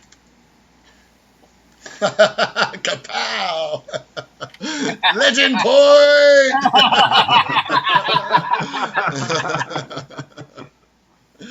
Good stuff. Too funny. Yeah, this is a lot of fun. All right, well, we're going to be getting started back up here. We're on a break here. We're going to be back in a couple minutes. We are Real Chaotic Good. Follow us on Twitter at Real Chaotic Good, or you can follow us. Go ahead and follow us on our channel. This is our debut. We're playing Open Legend this evening, and we're continuing our campaign. Season 2 of the Unwanted Campaign has begun tonight. Season 1 is on our YouTube channel. You can just search for Chaotic Good there, or go to Twitter. We have a link for it. And if you want to catch up on the story. What's that? And Instagram. And Instagram. We're so savvy with the social media. Yeah, I gotta follow us on Instagram. So, yeah, all right. Well, it looks like we got everyone back. I'm going to unmute Von Stad here. Do you have to? I do. Here he goes. And welcome back, Von Stad. Oh, you bastard. We like him in beautification. All right. I was monologuing in the back. Damn, Nice. That's fantastic. All right, everyone. We're back to it here. Sarah Kale, your ship, like I said, is a one-mast ship, and you're carving through the ocean. You don't have to go really into the deep sea to get to Plunder Island, because it's just not that far of a journey. It's only about a day and a half. So the ship is small, like I said, and you're on the first day of travel, and the sun is starting to come down, and it's getting low where it's just getting ready to crest over the horizon, when suddenly the ship screams to a halt. Bam! Like out of nowhere, just boom, and it is stopped dead in the water. What I'll need everyone to do is make agility checks at a DC 15. Go ahead.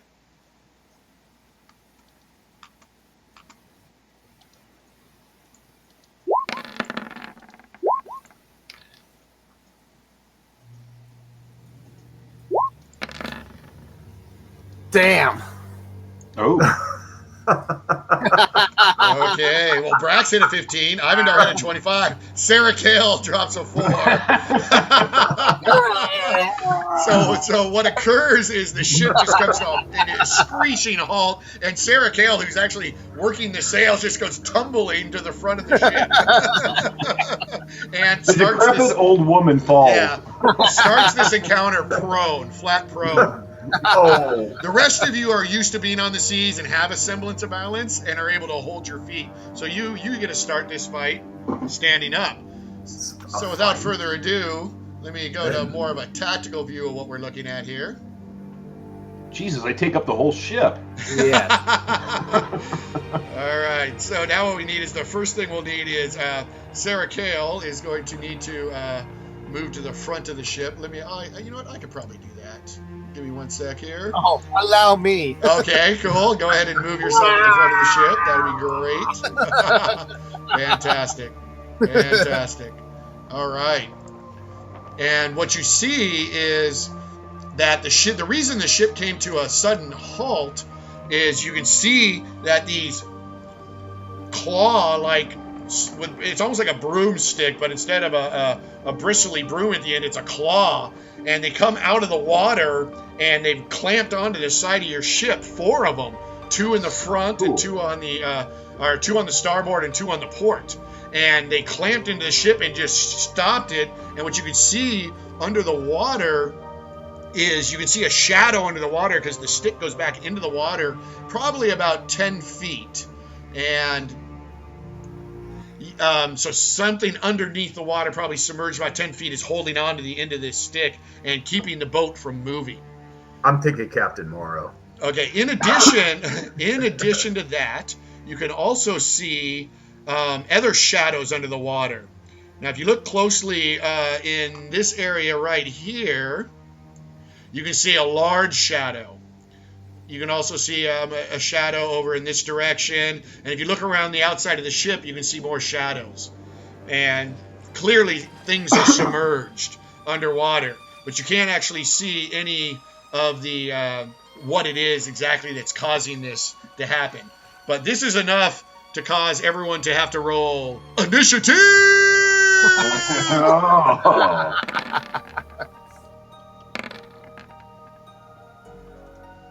The DC of the encounter is 15, so anyone who rolls 15 or higher is in the winner's bracket. Anyone who rolls 15 or lower is in the loser's bracket.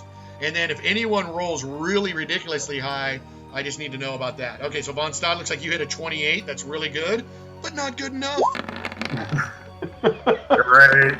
What the? 50! Seriously? Oh, would that be ridiculously high enough for you? That's good enough. That's good enough, brother. That's a WTF moment there. It's so high that he's already finished the fight. Nice. Okay. Hell? All right, so I have Sarah Kale who rolled did you roll a 4, Sarah Kale? No, not yet. No, that's a not yet. Okay, so what do you Here got it for your comes. initiative? Boom. Where's initiative at? You roll it. Just make an agility check. Okay, cool. That's what I thought. All right. All right. Sorry. Well, Sarah Kale, you're in the winner's bracket, but you are not. You didn't beat the big roll. Exactly. 23. Nice. Nicely done. All right, Sarah Kale, I'm going to put a little symbol on you, and here it is. Here, that shows that you're prone. You don't need to make a roll to break prone. All you need to do is spin a move action, stand up, and then you have 15 feet of movement afterwards. But while you're prone, melee attacks get advantage 1 on you. Ranged attacks get disadvantage. Okay. All right, well then we have, looks like we have everyone in the winner's bracket. And Ivandar gets to go first. So let's start combat. Ivandar, you are first. What would you like to do? Ivandar goes before time. Yeah, pretty much. You just see blurs. And you see Gobbledygook, he's over here in all these barrels and stuff, and he's just sitting there holding on, going, ah! All right. I know what this is! Yeah. Go ahead, Ivandar. Reaction. I'm going to call out Brax, Von Stad, Gobbledygook, break the sticks. Very good. Now, hold on. Before the fight happens, I'm very familiar with the fact that you guys like to boost up with your boons before, because you can maintain them all day long. So, Von Stad, are you doing your bolster might? Bolster 2, might. Brax, you doing the blind sight like usual? Yes. Ivandar doesn't do anything. Sarah Kale, what boons do you have on right now for the party? Life drain. Life drain on the party. So everyone has life drain too. So remember, the damage you do, half of it comes back as healing. All right, we're good to go then. Ivandar, what else are you going to do? All right, we're going to step up here, and we're going to see if we can't either kick the hook off or smash the stick. Okay, which would you like to try? That's 2 different actions. We're going to, don't have anything to smash the stick with. Rapier's not going to work. So we're going to try and kick that railing to knock the hook off. Okay, and what statistic or ability would you think you would be using to do that? Actually, you know what? Is there any kind of row oars or anything around? There is. If you look on the map, you have 2 right next to you. Gotcha. I'm going to scoop one of those up, and we're going to ply it under there and use it as a lever to pop this thing off. Bravo! That's very, very, very, very ingenious. I like that. That's cool. So that would actually be a might check because you're clearly gonna have to use your strength to do that. But I will definitely allow that at a DC 15. Gotcha. And this will be this is a major action though for sure. Gotcha. All right, a might check of an 8. Now I can either do let the story progress, or I can do a success with a failure. I'm going to do a failure, but have the story progress. How's that sound? So here's what's going to happen. That sounds great.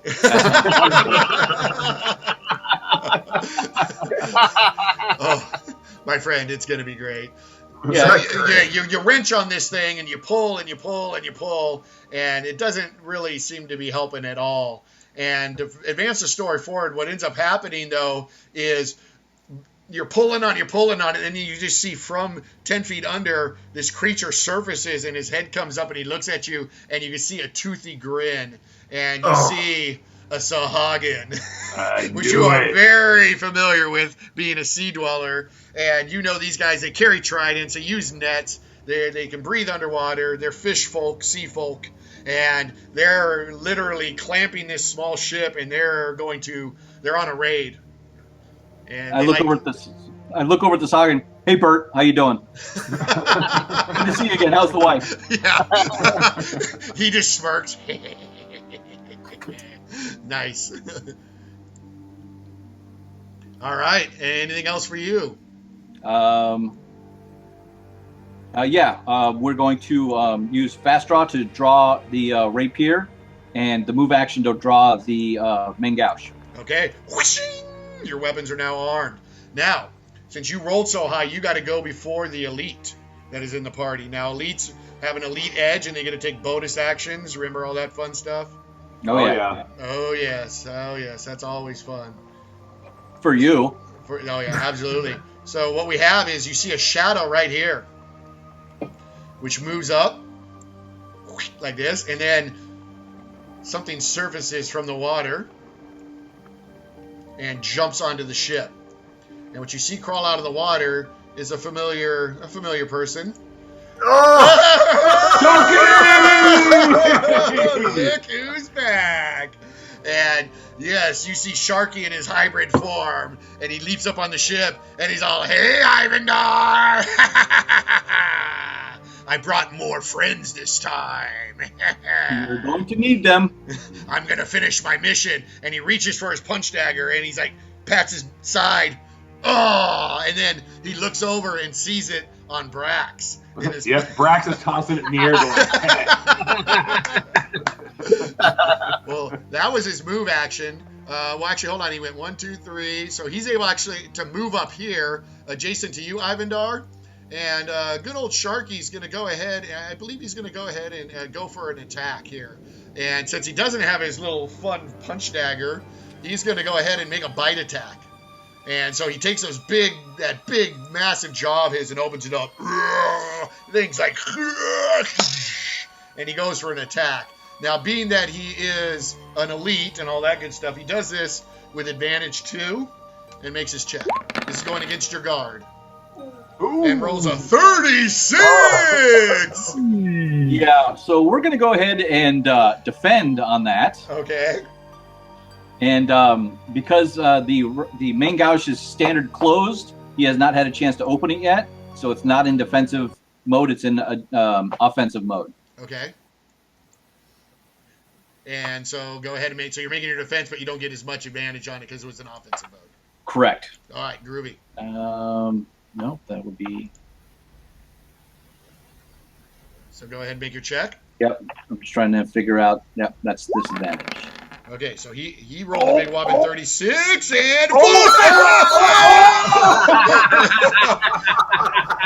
So, Ivandar, please describe how you were able to parry off a 36 attack with your 40. That wasn't so much a parry. His mouth opens up to take a bite, and he takes the rapier and just holds it out, and Sharky just impales his mouth on it like.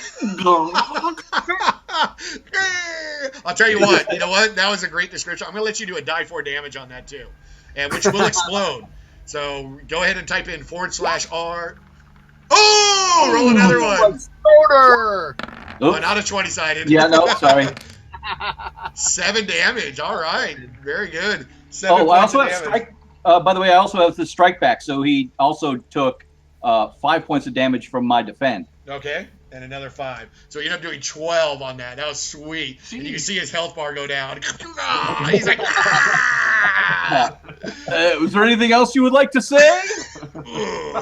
Now, if you notice, your token now has a shield on it. That means you defend it, and your next round, you do not have a major action. Correct. Sharky's turn is complete. We go back to the winner's bracket. Oh, allow me. Pete. He sees absolute it's fury. But it's not outward. He's calm, cool, and collected. But he's furious. So he just runs as fast as he possibly can. And he's, of course, telling, just the drunken reveler, God, my sword. He's going to cast Battle Trance. Okay. As he's running, because I do it as a free action with reactionary trance. Excellent. And he's going to run to here. But because of his oversized stomach, his bulk, and the sea slickness of saltiness on the deck, he actually slides to there. Wow. On his move. And he just couldn't pay attention. And he hits Sarakel. And falls prone. And that looks to me like you're go ahead. I believe, don't you have something about being like, I don't want to say it rudely, but overweight? His flaw is, he's husky. So that'd be a perfect example of role playing your flaw to the detriment of the party. Boom! Legend boy. Yeah, he looks. Lands right on Sarakel. Meat's eyes. You've got beautiful eyes. And then he will use his major action to get up and move where he was supposed to go. All right. And does anyone have any Banes active? I don't think they do. Banes, no one does. No Banes. Okay. active. Okay. And I will end my turn. Sounds groovy. Okay, well, Sharky here has, he is an elite, and he has an elite edge, and so he gets a bonus action, which is a bonus major action, and he's going to go ahead and utilize that now, and Sharky is going to go ahead and continue to go after the person he's being ordered to kill, and that would be Ivandar. So he goes back to what he did before, and you stabbed him with the main gash on the first one, and his teeth are bleeding, but he drinks it because he loves the taste of blood. He's like, delicious. Now, time to taste yours. And he goes ahead and delivers another strike with his big giant maw. 31. Hey. What is your guard? With Von Stahn's might, it is 21. With Von Stahn's might? Yeah, no, he's boosting your might score. Right. But he's not boosting. He's giving advantage on might checks. Gotcha. Never mind then. It's 19. 19. Ooh, ouch. Okay, well, that looks like you just took 12 points of damage. Correct. Okay, so go ahead and mark yourself with 12, unless someone's going to come in and defend. And that sounds All like right, so I'll mark myself for that as well. Hold on. Remember that. Hold on. No. As Von Stad slides up, he sees what's going on, adjusts his jacket, makes sure his fur-lined collar is in place, and sticks out his greatsword, which happens to be named Dark Harvest. Nice. And God, I hate that word. Anyways, goes across Sharky's shoulder and lodges right in his mouth. Bravo. Now, you need to move adjacent to Ivandar to do this, and you're allowed to move 15 feet in a defend action, so just go ahead and move next to Ivandar. Very good. And make your check. His attack was a 31. Oh, my God! Oh my God! what is it with you in the defend action, dude? And actually, when it goes in, he yanks out the sword, slices right across, gives him an Irish smile, and of course bestows the Bane demoralized. Well, you didn't do any damage back to him. I did? Well, you don't have that feat, do you? What you did is you blocked the blow with your 61. An amazing job. That becomes Ivandar's defensive score, a.k.a. his guard. So Ivandar has a guard of 61 against that attack of 31, and you end up deflecting the blow. Well played. Well, then I knee him in his shark nuts. Consider them need. Okay, well, now you have a shield on you because you have used your major action for your next turn as well for that big defend action there. Because I'm picking up those 1,000 dice. Okay, well, Sharky doesn't need to move. He's got Ivandar in range. So we're going to go now back to the winner's bracket. Who would like to go? Who hasn't gone? Brax, you would need to go, or you want me just to pick myself up? You do what you want, dude. I've already know what I'm going to do, so... Go ahead. All right. Well, I'm going to move over here, and since we know that there's a Sahagin on the other end of this little sticky here, Brax is just, rather than trying to break the stick, he just grabs onto it and yanks, and he's trying to yank him into the side of the ship. Oh, I love it. Okay, well, that is just a straight might check. Don't forget, though, you're bolstered with advantage 2, so you'd be doing a might check with advantage 2, and you need a 15.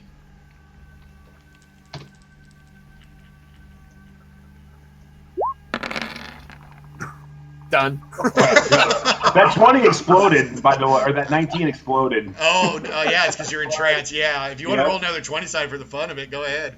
I'm going to. Absolutely.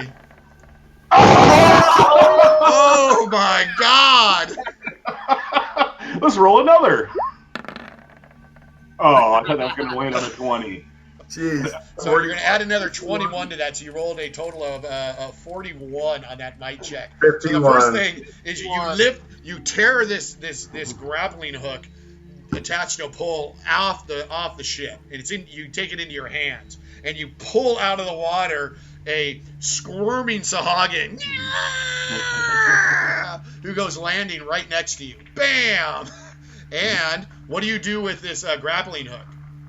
Well, no, what I was trying to do was smuck him into the side of the ship. You know what I mean? I think you're trying to pull him onto the ship. My bad. So you're pulling him to the side of the ship for, like, damage, right? Yes. Okay, well, you rolled a So 41. just like hitting the side of the ship, just blam. Right, that's an actual damaging attack you just did there. So it goes against his guard of a big whopping 17. And, yeah.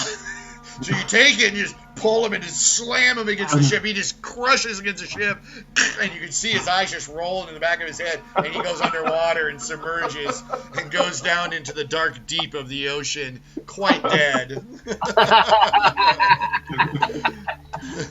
Well, and in your hands, you also have one of those grappling hooks. What do you do with that? We're just going to toss it overboard. Okay, you throw it back into the ocean. Yep. All right. Well played. Anything else you want to do on your turn? Yeah, since I dropped someone to 0, I'm going to move over here and do the same damn thing with this one. Fucking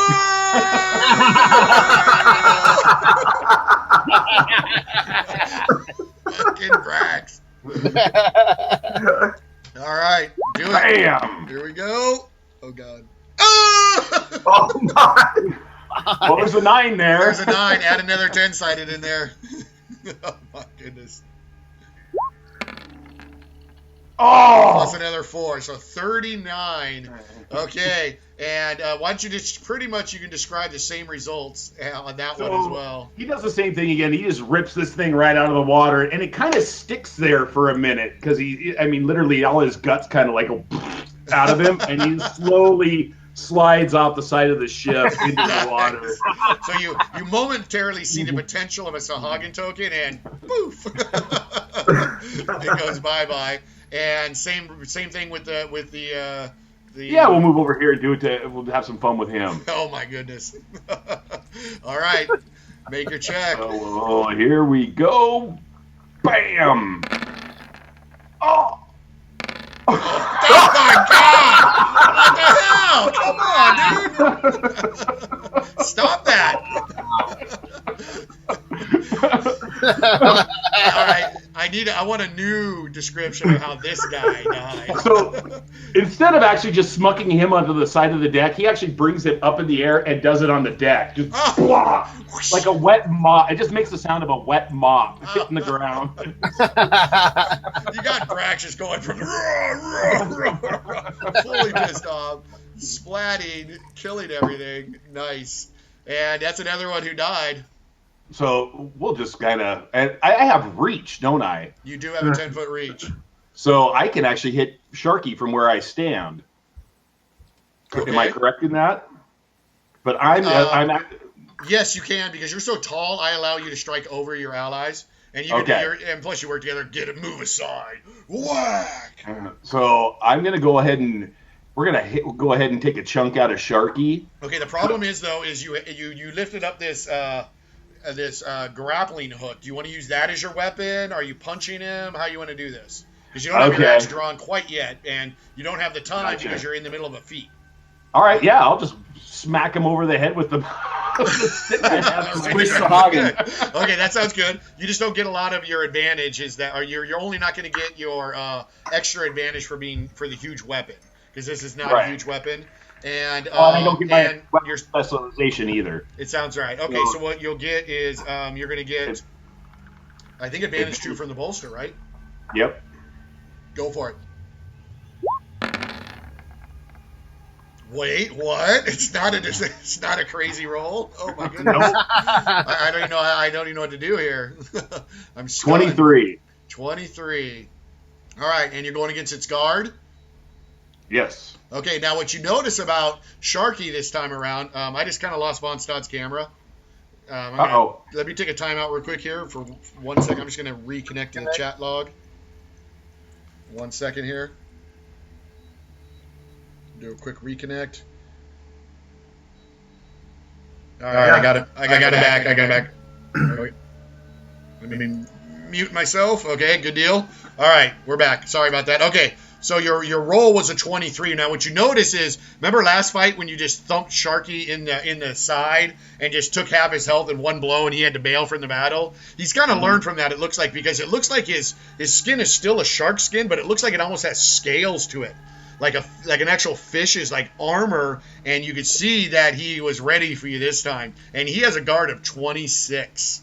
Oh yeah, so your roll of 23 doesn't quite make the mark, but you know what? I'm a good GM. I'll allow that to hit. And the minimum damage in this game is 3, so I'm going to do success with a twist. Success, you do 3 points of damage to him, but with a small twist, is you swing that weapon you're not used to swinging. Because it's not your axe, and you swing it wide and wildly. And what you end up doing is whapping Von Stodd with it. Come on! And Von Stodd, you also take 3 points of damage. So go ahead and mark yourself with 3. Wait a minute. Isn't it against my guard? No, it's 3 points of damage. Enjoy. It's a little success with a twist. It's called the GM. Yeah, I looked at Brax and I'm not shocked. I'm not. He's a wild man, man. He's a wild man. I'm a barbarian. Sweet. Yeah, exactly. I'll short-seat him later. Yeah. All right, fantastic. Anything else you got, Brax, on your turn? That's it. That's all I can do. Okay, sounds great. And now we go back. Guess what? Sharky. Now, elites can have an elite edge of 1 or 2, depending on what level they are. Once they break past 5th level, they can have an elite edge of 2, which he happens to have.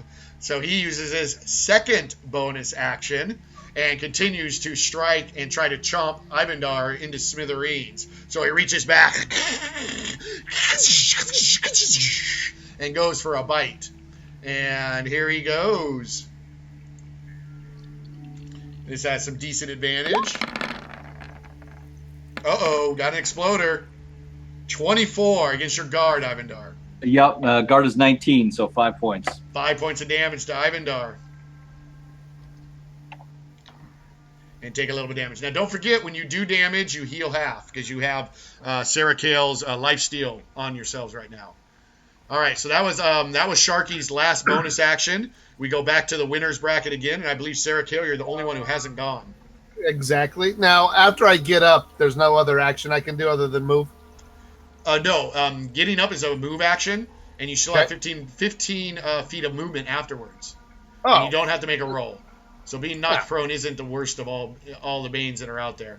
So you All right. stand up. You still can move Yep. 15 feet. or I can incapacitate said shark. You can do that. Absolutely. All right. And I want So- to also say something that happened when Brax was cleaning the clock of all those Sahagins. You heard Gobbledygook in the background hiding behind a box, peek his head up, and he's like, "Get him, Brax! Get him!" And Brax's sidekick was cheering him on the whole time. Each time one went overboard and got splashed, Gobbledygook was like, "Yay!" All right, Sarah Kale, you're going to go for a Bane attack. Okay, We're and going what is... for the bait attack? Incapacitate, so I got advantage too because I have focus on that. Sounds good. I just need to know what defensive score you're going against. It is going against toughness. Toughness, okay. And you're attacking Sharky, I imagine? Oh yeah. Okay. Make thy attack. And you have a 22 against Sharky's toughness. Now, Sharky, like I said, is an elite. He's no wimp, I gotta say that.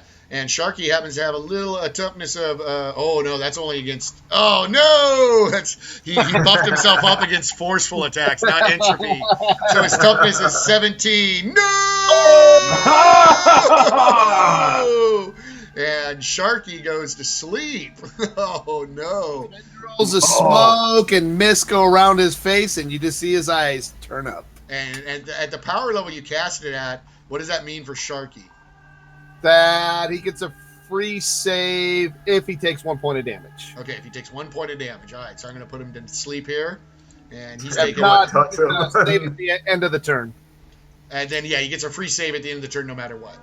At the end of his activation. Okay, I got that. All right. Anything else you're doing, Sarah Kale? You still have 15 feet of movement if you want to use it.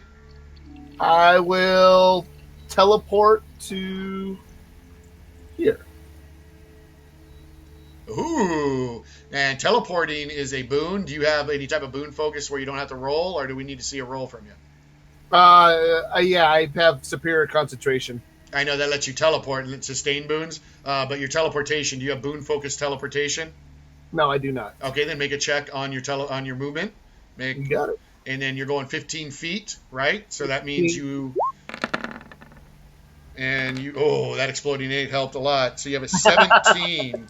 So 15 feet of teleportation. Your check is at a 16. You succeed. 16. Yep. Nicely done. Thank God you exploded that. Well done. Yeah, thank God. A successful teleport. Bravo. Okay, well, that's it for the winner's bracket. I need to use facilities, so I'm going to be back in 5 minutes. Cool. Refill beverages. Damn, Brax, you almost ran the table.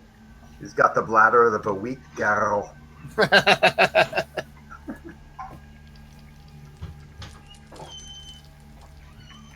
Hey, Mike, you threw in all the when you put in the max or min power level for your boons, does it automatically give you that flavor, or you added that in? I added that in. How did it know it was a check 16? Did you just type that in? Yep, because I added it up for that check, for that power level. Got it.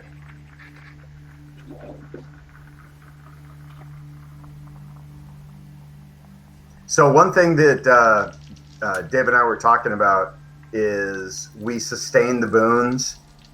You know, we don't even say it. Just like if we're casting a boon. So, you know, sustaining any boons is automatic. It's implied. Right. Yeah, that we were actually doing that. Yeah. We don't have to keep on repeating. Oh, and I saved this boon. Yeah. Right. That's going to get old. But just in case anyone's looking, going, you know, why their boon's still up, they're not sustaining. That's why. Right. So, and I can do 2 boons, sustain them. So. Right. Oh, I'm just talking about as far as how we sustain our boons, that we don't actually have to say it each round. It's assumed. Yep.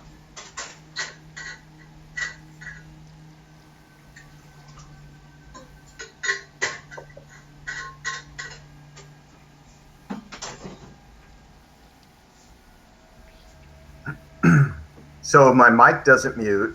The software doesn't mute my mic. Awesome. Awesome. I just don't understand.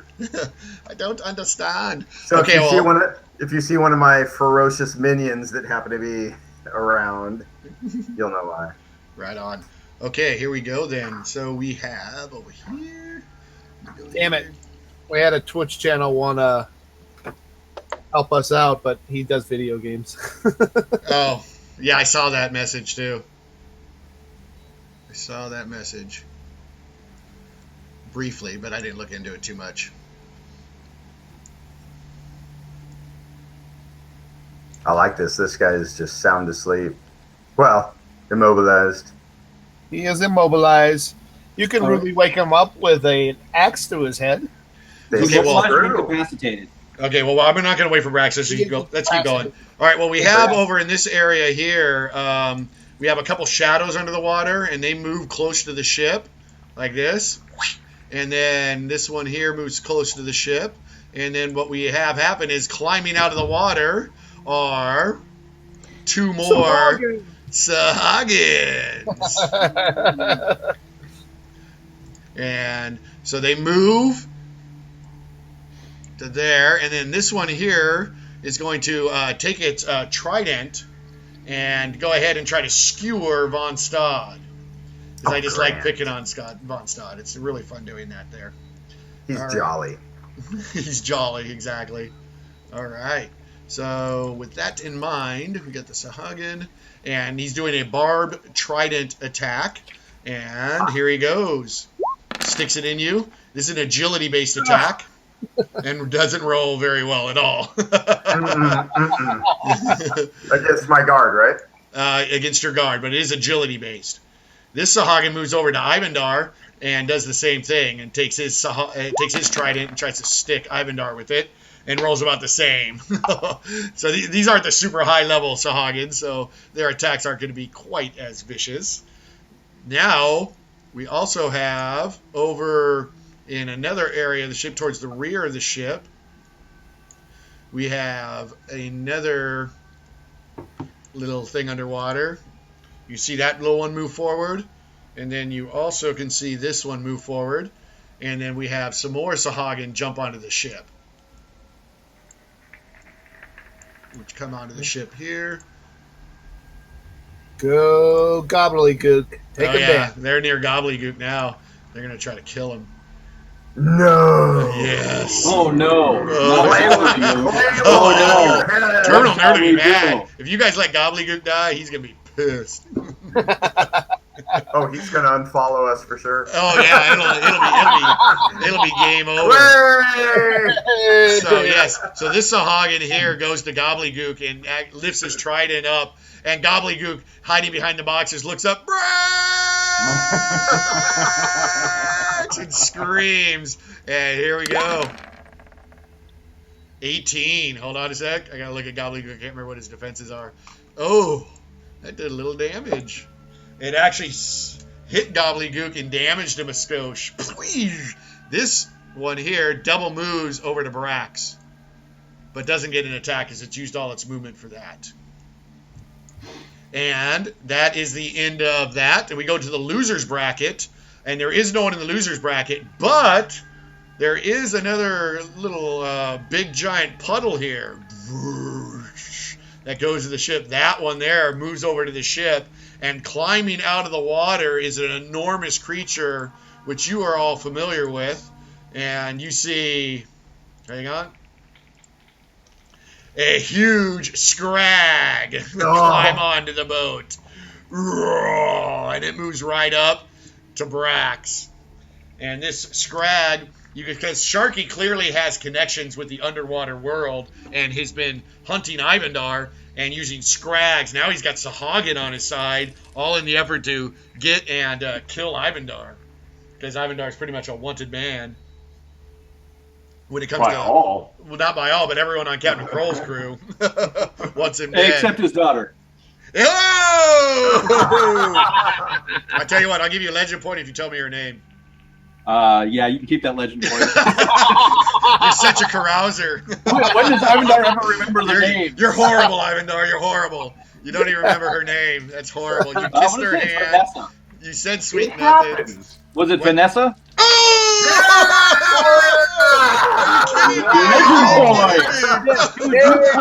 You pulled that out of Legend Neptune, boy! dude. Damn. Well done, Ivandar. You are a lover. You are a lover. You're a good man. All right, well, here we go. The gigantic Scrag, he sits there and he's armed with a humongous great club. And he takes this thing back, and this guy's just enormous. And he's going to go ahead and just take this thing back and just let Brax have it. Now, here we go. Reels back, takes that humongous club, and swings for the fences. Bam. Jesus. 23 versus guard. 26. Damn it! I rolled a 2 on the 20-sided. Crap. All right, well, that was his swing. And no, but Scrags are elite creatures. There's no one else to go in the loser's bracket, so he gets his bonus action. So he swings the axe, and you duck it, and he brings it right back. And sends it right back on you. God damn it!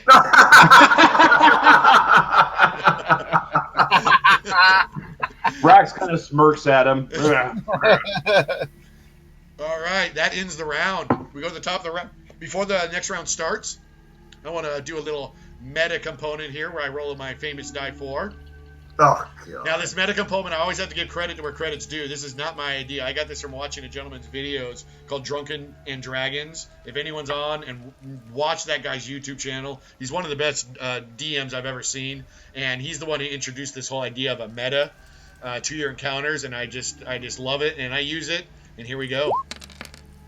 And I rolled a 4. Okay, with that 4... It explodes. Yeah, no, in this case it doesn't need to explode. But with that right there, what that means is you see 4 more hooks latch onto the ship. Oh, that's okay. Brax doesn't seem concerned. You keep hooking them hooks on. And of course, underwater, you can see a little shadow. Great effects, Dave, by the way. I just gotta say. Oh, thank you, my friend. Appreciate that. And where's the last one that's not being seen? This one here. All right. And you can see the shadows underwater now. So 4 more hooks latch into the ship to hold it still. This ship's not going anywhere. And we go to the top of the round. Ivandar, you had this stupendous roll on initiative. You are first. You have a guard token on you, or I'm sorry, a defensive token on you, which means that you do not have a major action. Correct. Let's see. All right, so we're going to go ahead and move. Okay. And I'm assuming this is a ship there's ropes about, correct? It is a small sail ship. It is a one-mast ship, but of course there are ropes. Yep, there's sails, and I'm sure there's ropes. So we're going to go ahead and jump up and grab one of those ropes and swing across to here and, do a flip and land. Nicely done. Nicely done. I could walk, but with bravado, why not swing? Oh! And this could be detrimental because you do have to make a check. The DC of this encounter is 15, but I believe you have some skill in all this stuff, so make an appropriate roll to the 15 based on your seamanship.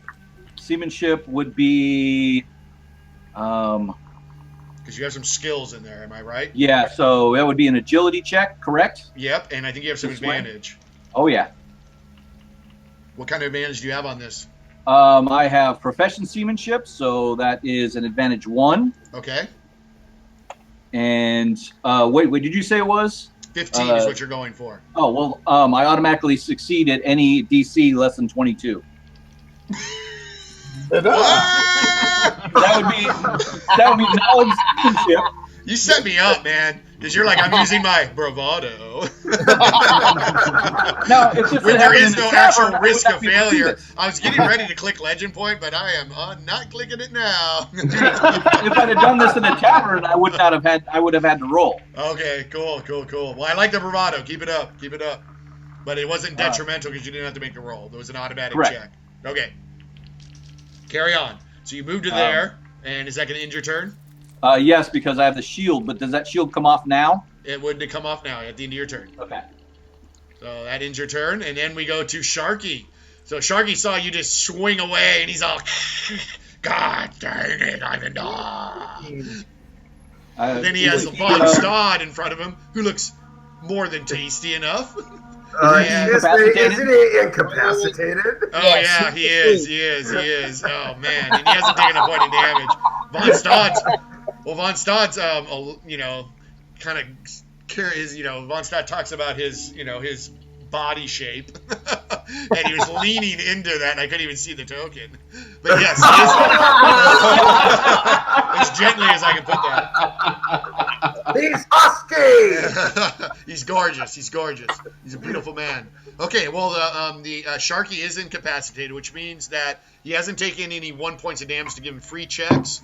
So he can do a check at the end of his turn is what he will do, which means he's going to roll a die 20. He has to roll a 10, and here he goes.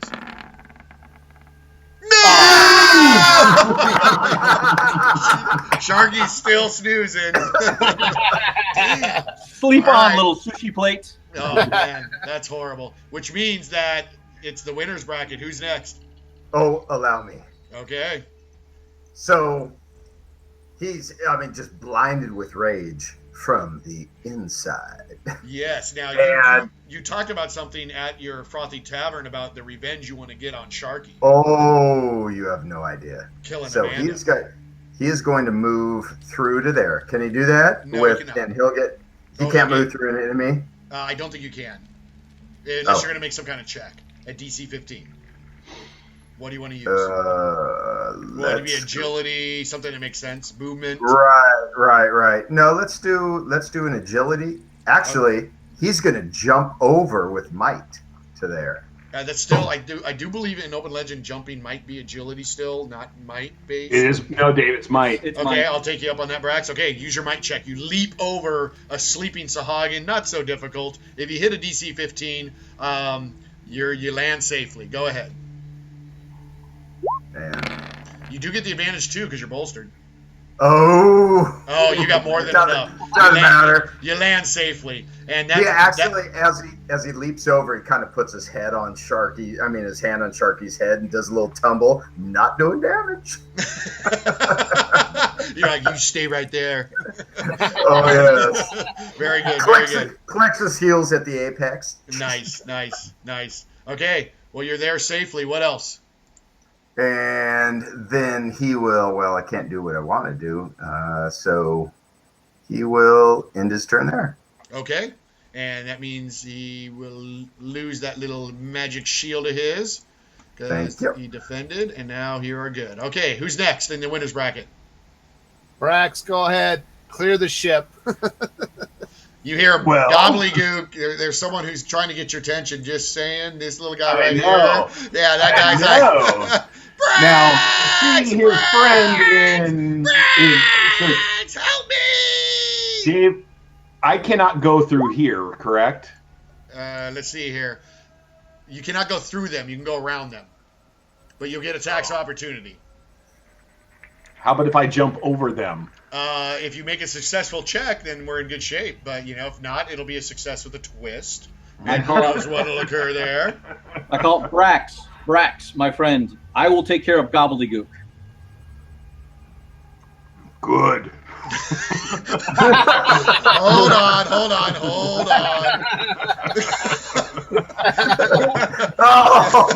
Just saying. You see that face? Okay. What Brax is, he draws his battle axe, minor action, right? Yep. And we're going to whack this Sahagin right here for now. Okay. Make your attack. And it is a might-based attack. By the way, Dave, the background music. You liking it? Oh my God, it's so awesome. Yeah, it's good. Oh my God! It's not that great. It's only 27. Yeah, it looks like it's really good. Well, he has a guard of 17, so you do 10 points of damage. It doesn't kill him. Oh, damn it! I was counting on that. Yeah, because I was going to move around him. Doesn't kill him. He takes a lot of damage, though. But that was an exceptional hit. What would you like to do as far as Banes go? Let's put bleed on him. I just gash him that bad that we got bleed. But, bleed is not something you can do with might, unfortunately. Oh. It's an agility-based Bane. So you have to do something that is might-based. Let's go with... okay, we'll just knock him prone then. He's on his ass. Sounds good to me. So he goes down prone. Bang! Oh! Hits the deck. Oh, 10 points of damage. Now, what did that attack look like when you hit him for 10? Because it was an exceptional hit. Well, he just basically brought it down right on top of him, whether it hit it pauldron, whatever he's got on, but his knees buckle, and he just flattens down like, just from the sheer force of the thunder blow. of the... Yeah, it's a huge weapon. Just the weight of the weapon just dropped him to the ground. I love it. Okay, well, you have a move action. What are you going to do? Anything? Yeah, we're going to start moving towards, and I'll take the attacks. So I have to go 2. So I get one from him, one from him. Oh, you haven't got one from him yet. Okay, yeah, so you're moving all the way to there. Interesting. Well, I got 30 feet of movement, and these are 5-foot spots, or are they 10 feet each? Okay, cool. Well, the good news is, for me, you got a great club swinging on you, and so the Scrag just wields that club back. You stay here, and brings that club right down on you. 26 against guard. 26. Oh my God! Woo! I saw that. And then the Sahagin has the trident. Oh no, he does a Murloc sound. And strikes with that. Oh my God, that was a 20. Oh man, 14, that's a miss too. All right, you move over safely. Okay, well, I could actually move 2 more spots, right? Go ahead. I'm right here now. All right, and Gobbledygook's like, yay, Brax, let's get him. And you see Gobbledygook now, confident, pull out his little itty-bitty short sword. All right, good deal. Anything else, Brax? That's all I can do. Okay, and then I believe the last was Sarah Kale. Sarah Kale. I am going to do... This Sahagin here is bothering my ship. Time to melt him with an entropy attack. Oh, describe that. So it's a bane full of light that comes out, and then these claws in the smoke come ramming out to strangle him and start to bring him down. Nicely done. Nicely done. Make your attack. And this is going against what stat? Entropy probably versus toughness. Okay. Toughness is 16. You rolled a 23. You land it. And that does, let's see here, 7 damage. Doesn't kill it. It's not an exceptional attack, so we don't have to worry about that. But you can see its health bar go down. It reels back from the attack. And green blood oozes out of it. All right. What else you got? All right. And then I'm going to attempt to teleport back to here. Okay. Make your check on a teleport. I believe you need a 16. 16. Need another exploder. I had flank. You got one! He did it! Yeah! Nice. What does your teleport look like when you teleport? It's a puff of smoke, poof, and then whoop. It was like I came up from the bottom of the ship, whoop, right back in. Oh, that's cool. Like, woo, you just rise up. Oh, that's sweet. Okay. Down That's cool. Up. Very good, very good. Okay, well, that would be the end of the winner's bracket, which means now we go to the Sahagin. So this Sahagin moves in and takes that trident and pokes you with it right into your center chest. 14 against your guard. 14. You have a 14 guard?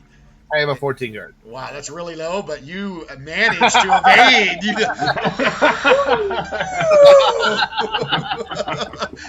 Full Neo, dude. You just back up.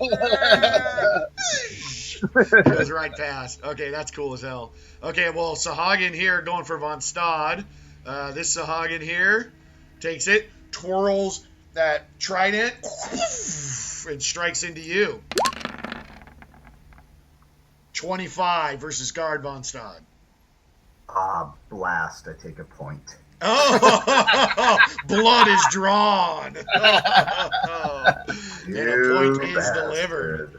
Okay, well, we have another Sahagin here who is prone. And this one right here, who will stand up as a move action. Coming up from prone, though, still has 15 feet of movement. So goes and takes a flank position right here next to Brax. So with the flank, gets a little bit of advantage. Here we go. Takes back and reels back with the trident. Using advantage. Let me just do this. And here we go. Yeah! And Brax, you weren't looking, and all of a sudden this trident just punctures you right in the back, right as it like in the kidneys. Just, 41, unless you're gonna do something about it. So, with my guard at 26, 41 from 26 is what? That'd be what, 15? I'll take the damage. You take the damage. Okay. Well, in that case, they get to apply a Bane as well for the exceptional hit, and it's a barbed trident, so he yanks it out of you, and just chunks of flesh fly out of you, and blood continues to pour out as you are taking persistent damage now. And you'll be taking a die 6 damage at the start of your next turn. Okay. All right.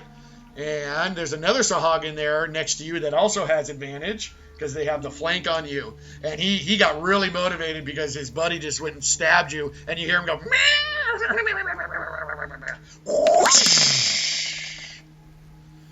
but that one you were ready for because you were facing that direction and you easily block it, or unless it bounces off your... it just bounces off my hide, like, skin. Nice. So, you know, basically he's made of leather. Right.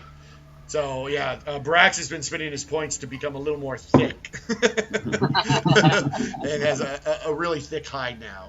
Okay, groovy. So we have that. They're all done. And then we go to the loser's bracket, and we have the troll. So the troll steps up with his great club to here. And Ivandar, you're his closest enemy, so he's going to go ahead and swing on you with that great club and try to crush you with that. And he gets a pretty decent advantage on that. So he wields this gigantic spike club back, brings it back. You are mine, and you go down.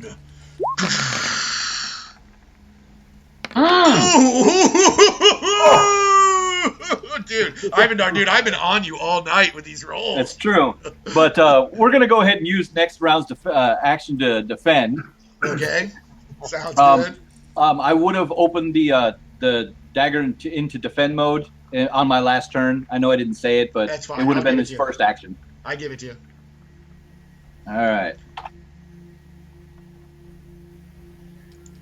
All right. So you defend. You bring that main gouge up. Oh, nice. A 31. Not bad. So your damage then goes from being a lot down to 14 points of damage. 14 points of damage. Okay, Jeez, well... poor Ivandar. Poor Ivandar is right. Well, what happens is he swings this mighty club. Boom! And you just watch Ivandar just take it right in the midsection. He folds over as this club impales him in the midsection. And Ivandar goes flying 15 feet. Uh-oh, he's in the water. I knew that was coming. Is that force move? Pretty much. Something like that. All right. And then the Scrag is an elite and has a second bonus action, has reach, and goes for the same thing and swings on Brax with his great club. Brings it down. Boom! explosions. 25. Nope. Dang. All right, you block it. What happens? Does it hit your skin, or how do you block that one? Yeah, that's exactly what happens. It's just like kind of like hitting a log, you know. Okay, just- cool. Well, he brings the club down and bangs you on the shoulder, and you just turn around and look at him. And you guys just lock eyes for a second, and you see him go, and realize he's fighting someone his size and his strength. His caliber. Brax is doing one of these. I'm coming for you next, bitch. Oh my god, that's awesome. That's awesome. Okay, well, we're going to start round 3 here. Before we go, let me go ahead and just do a little meta. Oh, dear God. Jeez. Okay. Holy bad shit, Batman. Yeah. All right. Well, I'm Well, hooked on this. well, no, it's not necessarily that this time. Something different happens this time. So what happens is you, Ivandar, you're in the water, and you see something in the water along with you, and you see a fin burst out of the water, and you hear music. Dun-dun.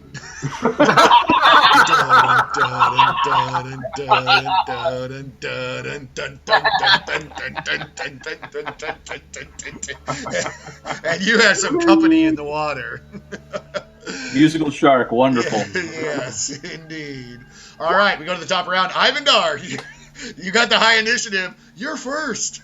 Yep. And- Also, it'll get rid of it now, but I defended, so I don't have a major this time. Okay, cool. All right, we'll just know that. All right, so we're going to go ahead and climb our asses out of the water quickly. Okay, and how do you do that? Well, you see that little hook right there with the stick? Oh, shit. Yeah, that would be that. We reach All up, right. grab the stick, and just shimmy our way right up into the boat. I will need an agility check for that. DC 15. All right. And you can use seamanship because it's climbing, swinging, chandeliering, all that stuff. You can use your skill in that. Gotcha. So automatically succeed in anything below a DC 22. I need to read that roll, dude. That's ridiculous. Get your ass up there. Okay, well, now You broke the game. Go, move up there. I'm done with you, Ivandar. Damn, my shark's so cool, though. All right. So explain how you landed on the ship, because the Scrag is looking right at you as you land. yeah, so he reaches up and grabs the hook and just gives himself a yank and goes flipping up over the railing, puts his hand down, flips over the railing, lands in front of the Scrag and says, "That didn't hurt." Now, you have Sorry, it was more like, "That didn't hurt." Nice. Bravo. Okay, and now what do you do with your major action? I don't have a major action because I Because you use defended. defend. Bravo. Yeah. Okay, cool. Good job remembering. All right. Who's next? Oh, Oh, hang on. I'm sorry. Sharky is next. Sharky is still snoozing away, but gets a chance to make a roll to come out of it at the end of the round. Here we go. Die 20 check. If he rolls a 10, he's awake. Oh, Yeah! oh, I saw that before. I got nothing. Oh, I yeah. got nothing. So mad. So I- mad. Powder. Damn that Sarah Gale. I will activate. And in a, oh yes. Oh, you were gonna say anything? You good? Well, allow me to retort. I just think to the drunken hero. I have another participant for our revelry. I grab Sarakel by the arm. I'm gonna make a might check to jump to here while pulling Sarakel. Well, I can't do it, but where I am currently. That's cool. Okay, what I'm going to do as the GM, I'm going to give you a disadvantage 2 on that check for pulling her. Oh, but I'm gonna invoke my divine agent. I'm bringing another participant for the festivities. Okay. And what does the divine agent do? I have no idea what you're talking I about. don't know. It's up to you. It's Oh. a perk. It's a perk. Called divine agent. Oh, you're invoking your perk once per day. Well, you'll cancel that because you're targeting 2 people technically. Disadvantage 2 goes away. Make a normal check.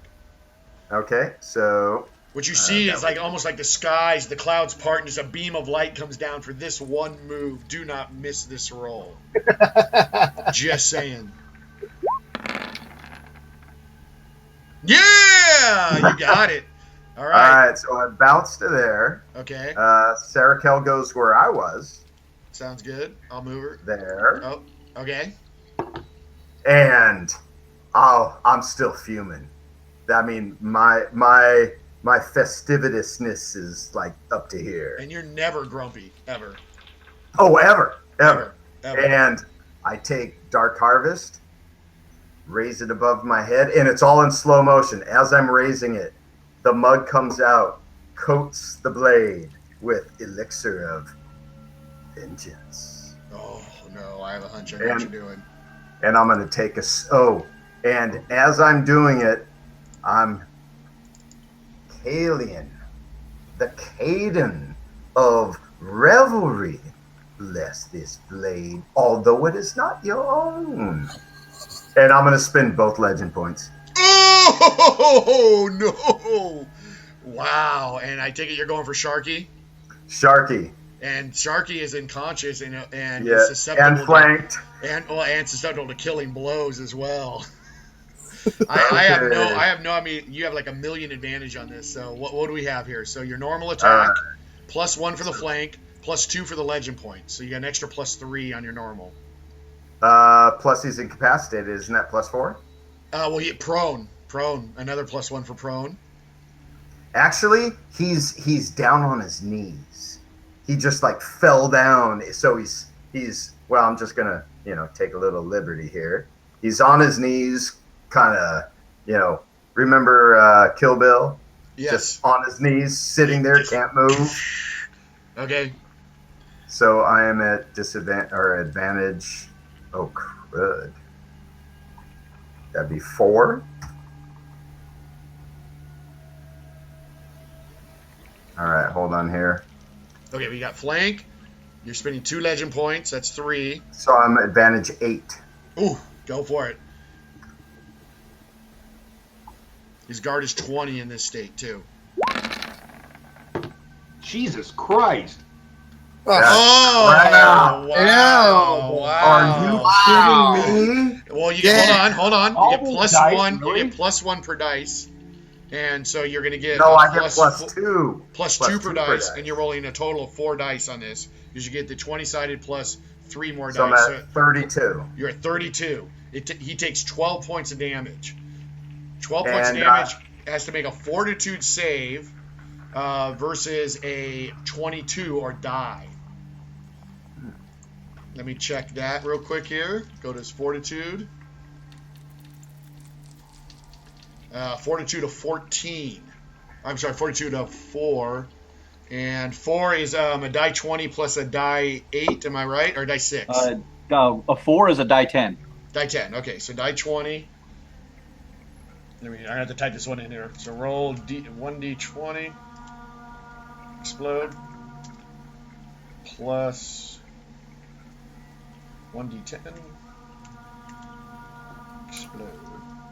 Oh, please, please, please, please. And has to roll a 24 or it's game over. And Sharky's... I wanted Sharky out of here. I got plans for this fool.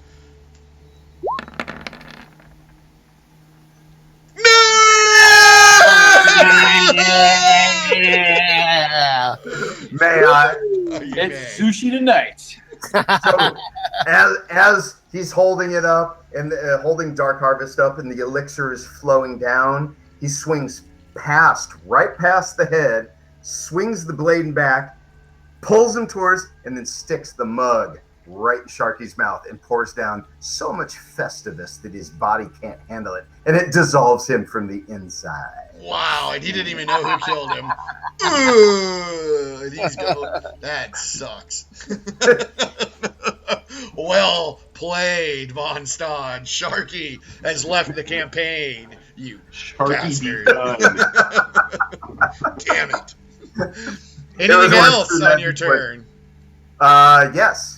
And as he does that, and he takes the drink,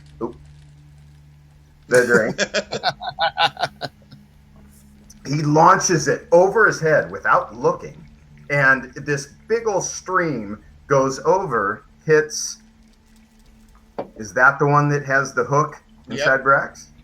Hits it, yeah. splashes in his face, and which forces him backwards and pulls the barbs out of Brax, nullifying his bane with restoration as a minor action. Ooh. Okay. Wow. Jeez. And it's a single target, right? Yes, it is. It's automatic. It's automatic. Boing! Brax, you are healed. Well done. Well done. Anything else, Von Stad? Do you want to annoy the GM any more? Anything else you want to do? I scratch myself, and that's it. Bravo. Don't forget to heal. You got the life drain. Oh, Yes, you thank will you. have that damage. Thank you. Bravo. So I Okay. am back to full. All right. Who hasn't gone out of the winner's bracket? I haven't. I haven't. Brax rose his hand first. Why don't you go, Brax? I'm going to step away for a moment. Okay. Well, that little bitch that stuck me in the back, The one behind you. yeah, he's getting a battle axe right in his face. And he's already hurt, too. All right. Here you go. Make it happen. Oh. And so we're advantage 6. Ooh. Jesus. Gonna need a bigger screen. Oh, shit. Not very good roll, though. All that is 18. Yeah, I know. Pretty bad. That's pretty bad. All right. And you're going against its guard? Yes. All right. Well, you know what? You didn't quite get what you needed, but I'm going to go ahead and let you do 3 points of damage. It's good. So we're going to do a success with a twist. So first of all, your axe does graze him for 3 points of damage. It almost kills him. He's really low on health. But what you end up doing though is you hit one of his veins, almost like an artery.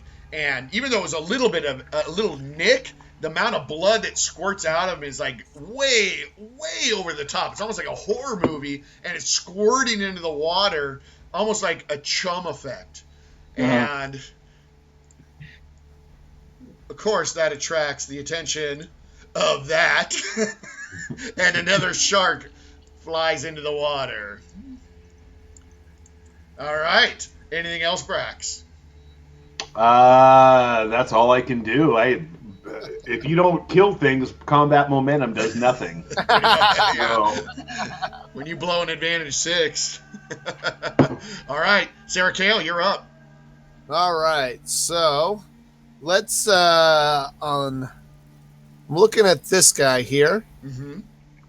And I'm looking just to shoot a little bit of chaos right into his eyes to blind him. Ooh, nice. Nice. Going to go for a blind. And what does that target? That will target toughness. Okay. Now, did you take Boon Focus Incapacitate? Incapacitate, yes. You did. Okay, because you can multi-target on the Incapacitate. It would be disadvantage 2, but you have the advantage 2 for the Boon Focus also. Just throwing that out there. Oh, okay. Let's do them both then. Yeah, you just put them. Yeah, Let's you get just them both. turn my hands out like exactly. And just I mean, it's perfect for a witch too. It's like sleep. this. Some little tendrils come up and they start to sniff it in their nose. All right, cool. All right, this is an attack versus their toughness. Yes. Okay, toughness 16. Come on, exploders! nice. Oh, 34. All right. Somebody's dropping off the grid. is Yeah, what I pretty can much. say. All right, you put them both to sleep. They just drop to the ground. They just literally just like. I mean, it's almost like they instantly fell asleep, like they were really already over exhausted. Not only that, your roll was so stupendous that you succeeded with an exceptional success. This is my own house rule. I like to make banes delivered at that high level stubborn. So they're going to be rolling with disadvantage to come out of that unconsciousness state they're in, the incapacitated state. Nice. All right. Well, they're both sound asleep. You're free on this half of the ship. There's nothing near you. Yeah, I guess I'm right next to that pole thing, so I'll stay right where I am. Okay. Sounds good. Has anyone else not gone in the winner's bracket? Oh boy, I'm gonna get thumped. Not Hey, necessarily. Glenn, did you heal when you hit that? I did. Okay. I did. All right. Then we go to The Sahagins' turn. All right. Well, yeah, Brax, you know what? Pretty much you are about to get thumped. All right. So here we go. I'm going to have to type this one in. Oh, no, wait. I have something for that. Hold on one sec here. I can gather something. All right. So, yes, they have flank on you, so they're going to get an additional advantage on this for having the flank. That's what's killing me. Oh, yeah. These little flanker moves are brutal. Okay, well, the first one goes to you with flank, having the advantage because you're trying to watch both at the same time. He waits till you're not looking and stabs you with a trident and gets some exploders. 31! Boom! Oh, I took some damage. Damn, this is a tough little Sahagin. I know. He survived 2 Brax shots and hit Brax twice. God, dude, I'm about to get this little fool. He's getting a promotion. That's right. Oh, I might great. have to make him jump away and get out of here just so I can save him for future. Sharky Jr. Yeah, exactly. How much damage? How much damage did you take on that? 5. 5 damage. Okay. Oh, shit. And then the other one who has flank on you does the exact same thing. Only rolls a Yawn. 12, though. That's the one you're facing. You're always good with that guy. You're like, yeah, that's no problem. All right, and then the other 2 Sahagin are snoozing, but they can go ahead and try to wake up from this with a roll on a die 20. They just need to roll a 10. So the first one goes. Wakes up. Second one goes. And wakes up. Okay, well, they don't get actions this turn, but they... Oh, wait, I'm sorry. Hold on. My bad. There, yep. I'm going to redo both of those rolls. I apologize. Let me go ahead and roll 2d20 with explosions and keep the lowest one. Try that again. First guy. Oh, my God! Thank you. I got to drink that. People do not wake up for my 50 cents. All right. Second one goes. Oh, that's the wrong one. Hold on. I'm going to go to my dice roll. Give me a sec. Last roll. Here we go. Boom. Nope. An 8. Doesn't get it. All right. So they're both still incapacitated with that stubborn incapacitation. The sharks continue to roam the seas. The ones underwater with the hooks continue to hold the boat still. And we're going to go to the top of the round. And I'm going to go ahead and do a little quick refill. Back in 60 seconds. Might as well. Me as well. Have you done any damage yet, Neil? Yes, but only before I took damage. Oh, okay.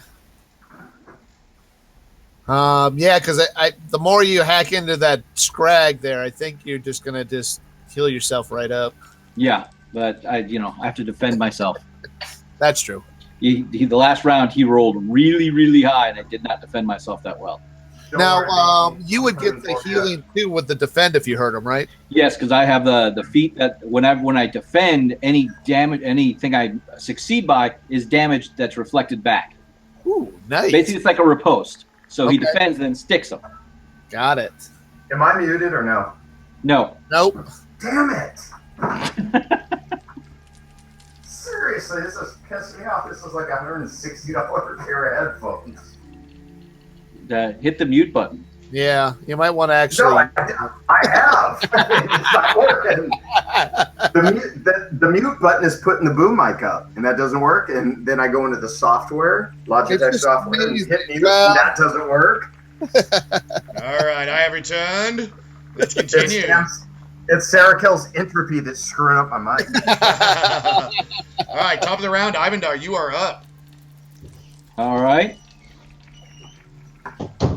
We are going to go ahead and let's see that.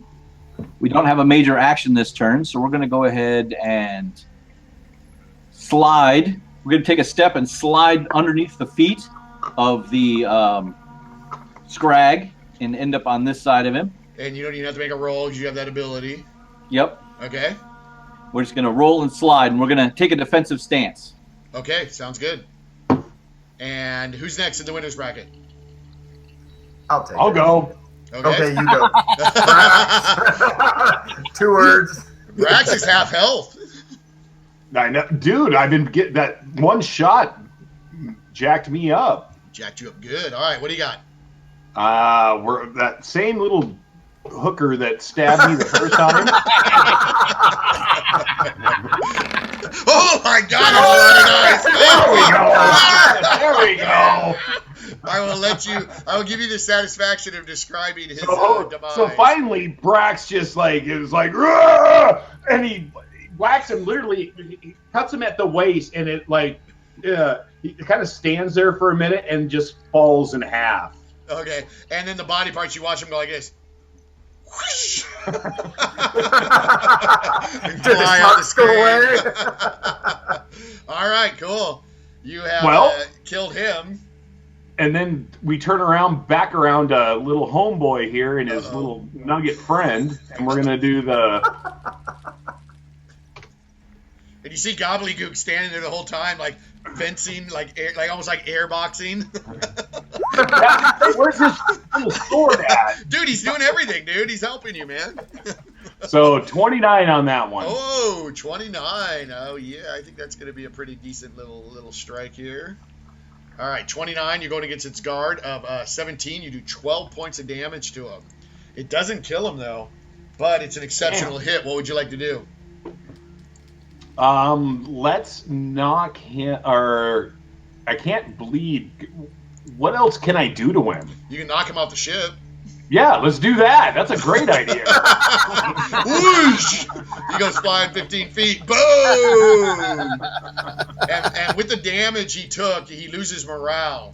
And you see him just go under the water and not to return.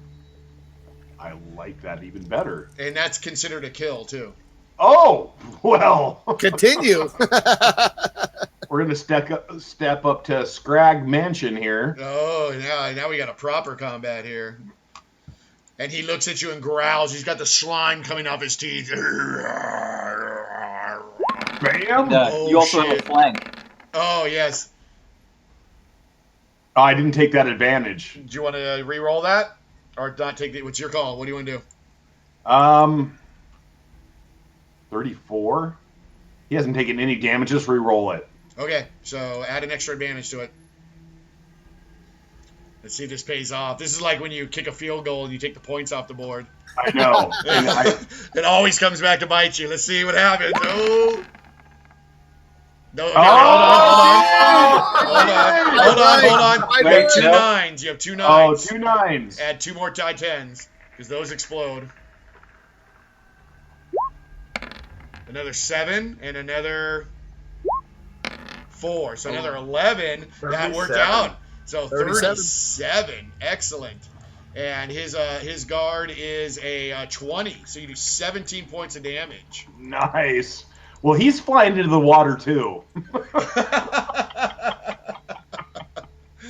Nice. Okay, here we go. So you're sending him 15 feet back into the water. This direction, I take it? Yep. Send him into the shark. All right. And hang on a second there, real quick. Oh, that's why. There we go. Okay. Had a little glitch there. His damage meter didn't go down. It did, yep. I had to do that. He was turned into a drawing by accident, which means he wasn't a token, and I was like, wait, why can't I affect it? But I got it. Okay, we're good. So yeah, you send him right back into the drain. Baloosh! Big cannonball. And the water just goes up a good 15 feet. And I hope his little shark friends know that he's bleeding. Oh, yeah, you know what? And he doesn't have the same affinity. Uh-oh! Okay, guys, here's the point in Open Legend where we call it. So clearly what you just did to the Scrag, you knocked him in the water and the blood went, and the sharks immediately just came to him and chewed him to shreds and just kept just eating every bit of it. Now, he regenerates. So who knows how that ended? All I know is he went underwater and got consumed by 2 sharks. All you have left is a couple sleeping Sahagin and some hooks that you just got to unattach, which you're able to do effectively. And you're able to free the ship and continue sailing on to Plunder Isle. So this battle has ended in victory. Salute to victory! Victorum! Kate and Kaylin has blessed me with the purple straw. Bravo. The party earns 1 experience point. which translates to an experience point towards leveling. You gain a feat point and 3 attribute points for that. Congratulations. And you end up sailing for through the night and into the next morn, and you come across and land at Plunder Isle. Wait, did you say we leveled? No, you didn't level. You learned an experience Just got point. 1 experience point. Okay. Exactly. And then you come up and you land at Plunder Isle. You see that god beam? Yeah, I added that myself, just saying. Impressive Photoshop skills. Woohoo! Look at that artwork. Alrighty, and this is where we will end our adventure for tonight. You guys are coming upon Plunder Isle to investigate the island, find out what the hell Nicodemus is up to, maybe uncover some information that you can bring back to the Pirate Council, and stop whatever he has that's in motion. So And become a pirate lord. And become a pirate lord. Exactly. So that's the adventure for tonight. Thank you all. That was awesome. Dude, Thank big you. time fun. Yeah, good times. Loved Good it, times. dude. I gotta Excellent. say, I love Open Legend. I Yeah. love. Oh, yeah. It's so much Exploding fun. dice, it just makes it. I'm Oh, sorry. yeah. That's the whole thing. It's bloody brilliant. So, yes, victory. We have some people in chat that are claiming victory. All right, victory! Woo! I love it. Well, thank you for watching our stream. We really appreciate having you here. We We are have fun Chaotic Good. playing. Yeah, we're Chaotic Good. We're a large group of gamers that we've known each other forever, and we just game our nuts off. It's awesome. You can follow us at Real Chaotic Good on Twitter. We love interacting with our followers because we follow back, and it's just a big conversation for us. So we're just a bunch of gamers who like the game, and now we have debuted on Twitch, and that was a lot of fun. Thank you so much, and I'm going to go ahead and turn this stream off. And by the way, in Twitter, we're all funny, except Yeah. Nizul. Nizul's got to work on that, clearly. All right, everyone. Thank you so much for being here. We so appreciate this. And you guys have a great weekend. Enjoy your 4th of July. And we'll see you next time. Good night. All right. Later, Thanks, guys. Later. Yeah.